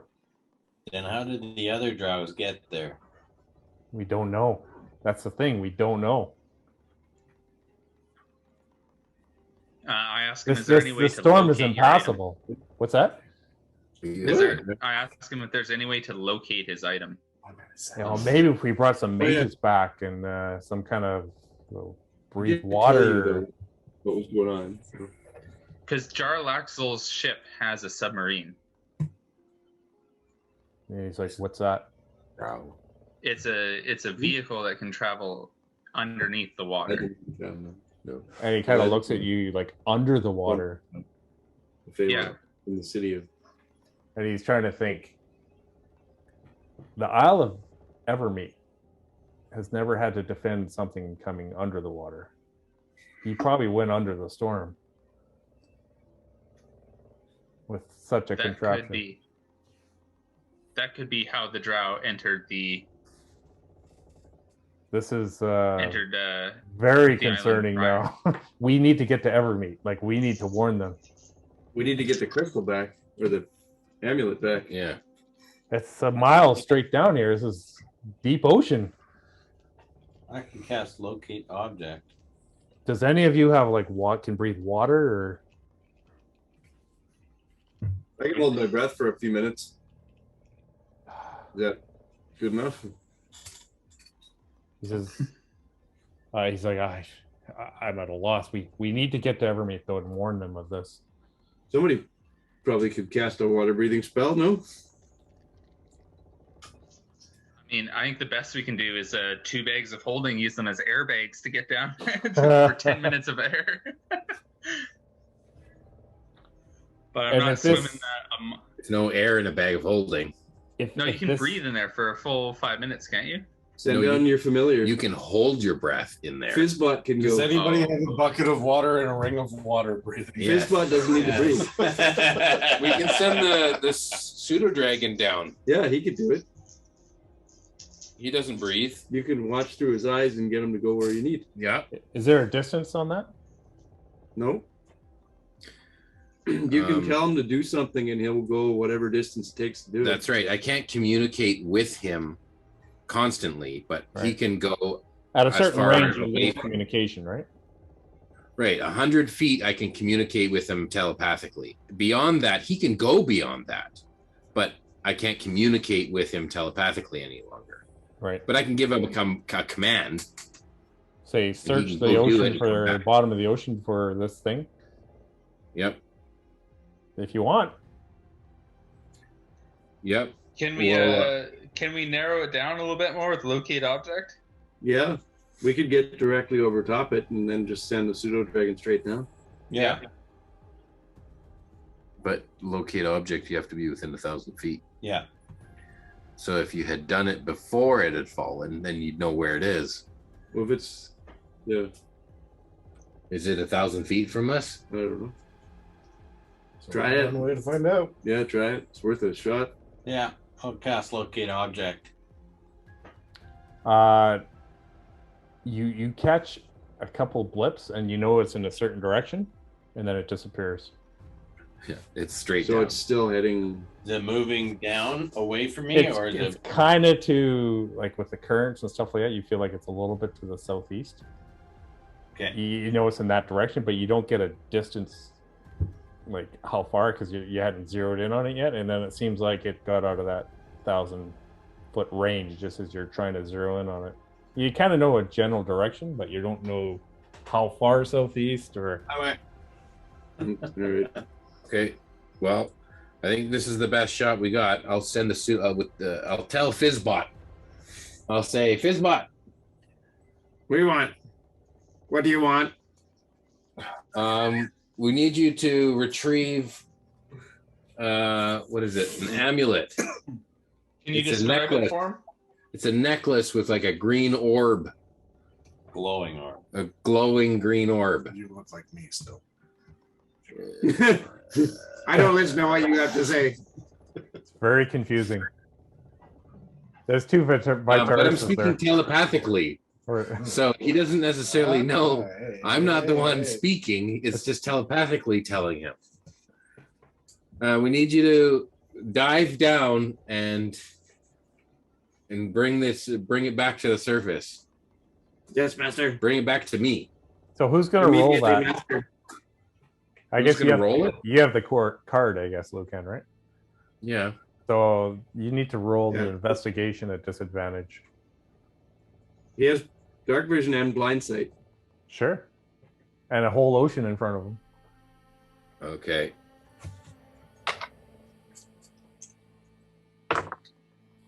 I crit. Yeah. Oh, but with disadvantage. Oh, damn. It's gonna be. What do I add? His intelligence? Intelligence is an investigation. Oh yeah, it is. Okay, so I've got a 10 with disadvantage. Yeah, so Pretty you're good. swimming down and roll a perception. Okay. Do I get advantage on this or disadvantage? Just a straight. Straight. Straight. Disadvantage. Hmm. Okay. That's a 7. 7, yeah. You just see this in the distance. You see a shadow of a large beast moving in the water. See a beast. Oh, God. Something. You can't even make out the shape.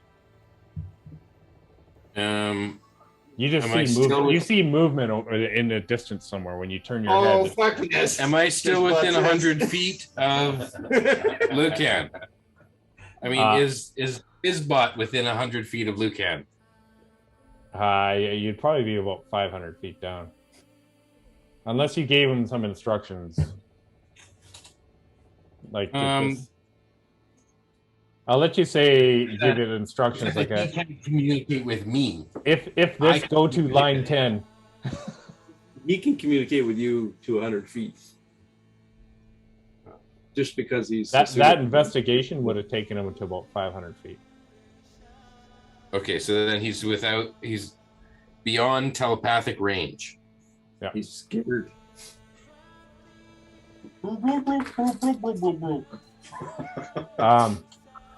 Is everybody still communicating what's going on? Can he communicate with you after I can, but what he saw? well, Yeah, he Yeah, he's can. an intelligent creature. when he comes back, he can tell us. Yeah. So after about 15 10 minutes, miles. he comes flying out of the water, but he's not holding anything. He can do it different. Oh, you can do it different, but I can't. Okay, I can do so it 1 mile away, but I didn't think of that. You could hold one of my teeth, and I could watch through it, and I could communicate with you while they talk to me. Okay, but unless So- the pseudo dragon takes your tooth with you or with him. The pseudo dragon flies up out of the water. Okay, How many teeth I'll do you say, have? Fizbot, what did you They find? grow back. And Fizbot, what telepathically communicates with you, says, I was diving deep, I didn't see anything, but there's a huge beast down there that approached me. Solicited me. What did it look like? And it telepathically emits like a giant manta ray to you. Okay. Did it look like a beast or did it look like a submarine? Because we've seen this manta ray sub before. Can you telepathically give him an image of what we've seen before? It can. Yes, it can. It looks just like that. Are you Maybe sending us a Fucked picture? over by Jarlaxle again. It confirms that the beast looks just like what you're sending it, the image you send it. Okay. And they just kind of hovered in the air looking at each other. And that's when the pseudo dragon took off. In the water, not the air. Okay. I could send them to follow the sub. But then I can't communicate with him anymore. Well, and the sub goes faster than this ship does or whatever, too, so would never keep up. Yeah. Maybe he could take the tooth to the sub.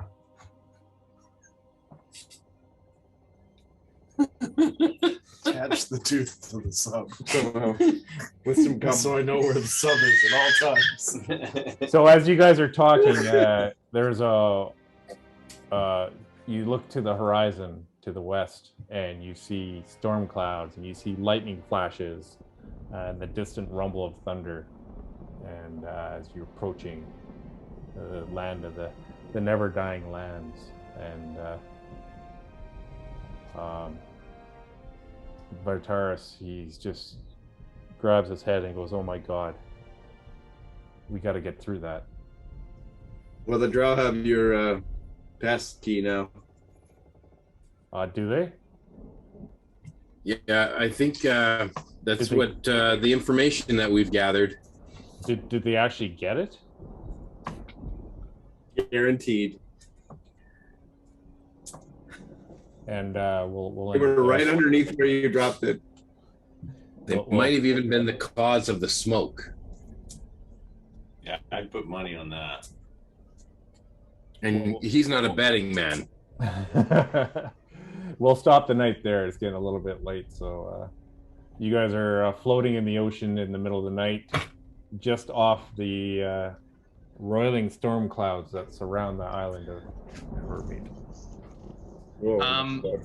Last thing I do Sure. is before we even attempt to enter what's it called? The island of Ever Evermeet. Isle? Evermeet. I'm going to send a message via the Rocky Rocky Talkies? Talkie. Okay. Yeah. You've So been betrayed. do you remember how many words was it? Was it 20 words? Let's give you 30 35. words. How many? I'll give you 30. 35. 30? Yeah. Okay. Or is that what's the sending spell? 25? 25. Yeah, so you got Okay, 25 words. Okay. Let me open up my notepad here to compose a message. Write it up for next week. Yeah, right you up can next think week. about it for a couple weeks here. Okay. You guys are floating under a starlit sky. Very Titanic-esque look to it. And There's been like 2 incursions on Evermeet in the history of time, so I don't think we're gonna want to deal with that. Maybe we could go over the storm. There's been lots of airships in the history of time too that have never been able to do that. We don't know that. Yeah. You're not that smart. No, but the elves who are specifically in charge of leaving and re-entering their nation would know that. And they're standing right beside us. Or at least we hope so. well, guys, thanks for the episode. Oh yeah. Oh boy. Looking forward to the next one. Got it. A good cliffhanger. Yeah. All right. Good night. You guys have a good week. Sounds good. Talk Have to a you good later. week. Bye.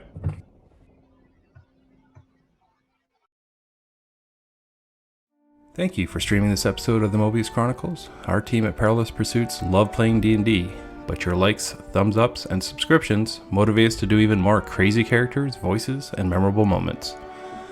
For streaming options for all of our shows, a link to our Facebook community, and tools and extras that might help your D&D games, go to our website at www.perilouspursuits.com. In the meantime, ask that black dragon to acid wash your jeans, cast duplicity, and double date those water genasi sisters. Then meet your friends at the Barge Ride Inn, and drink some ale, roll some dice, and play some D&D.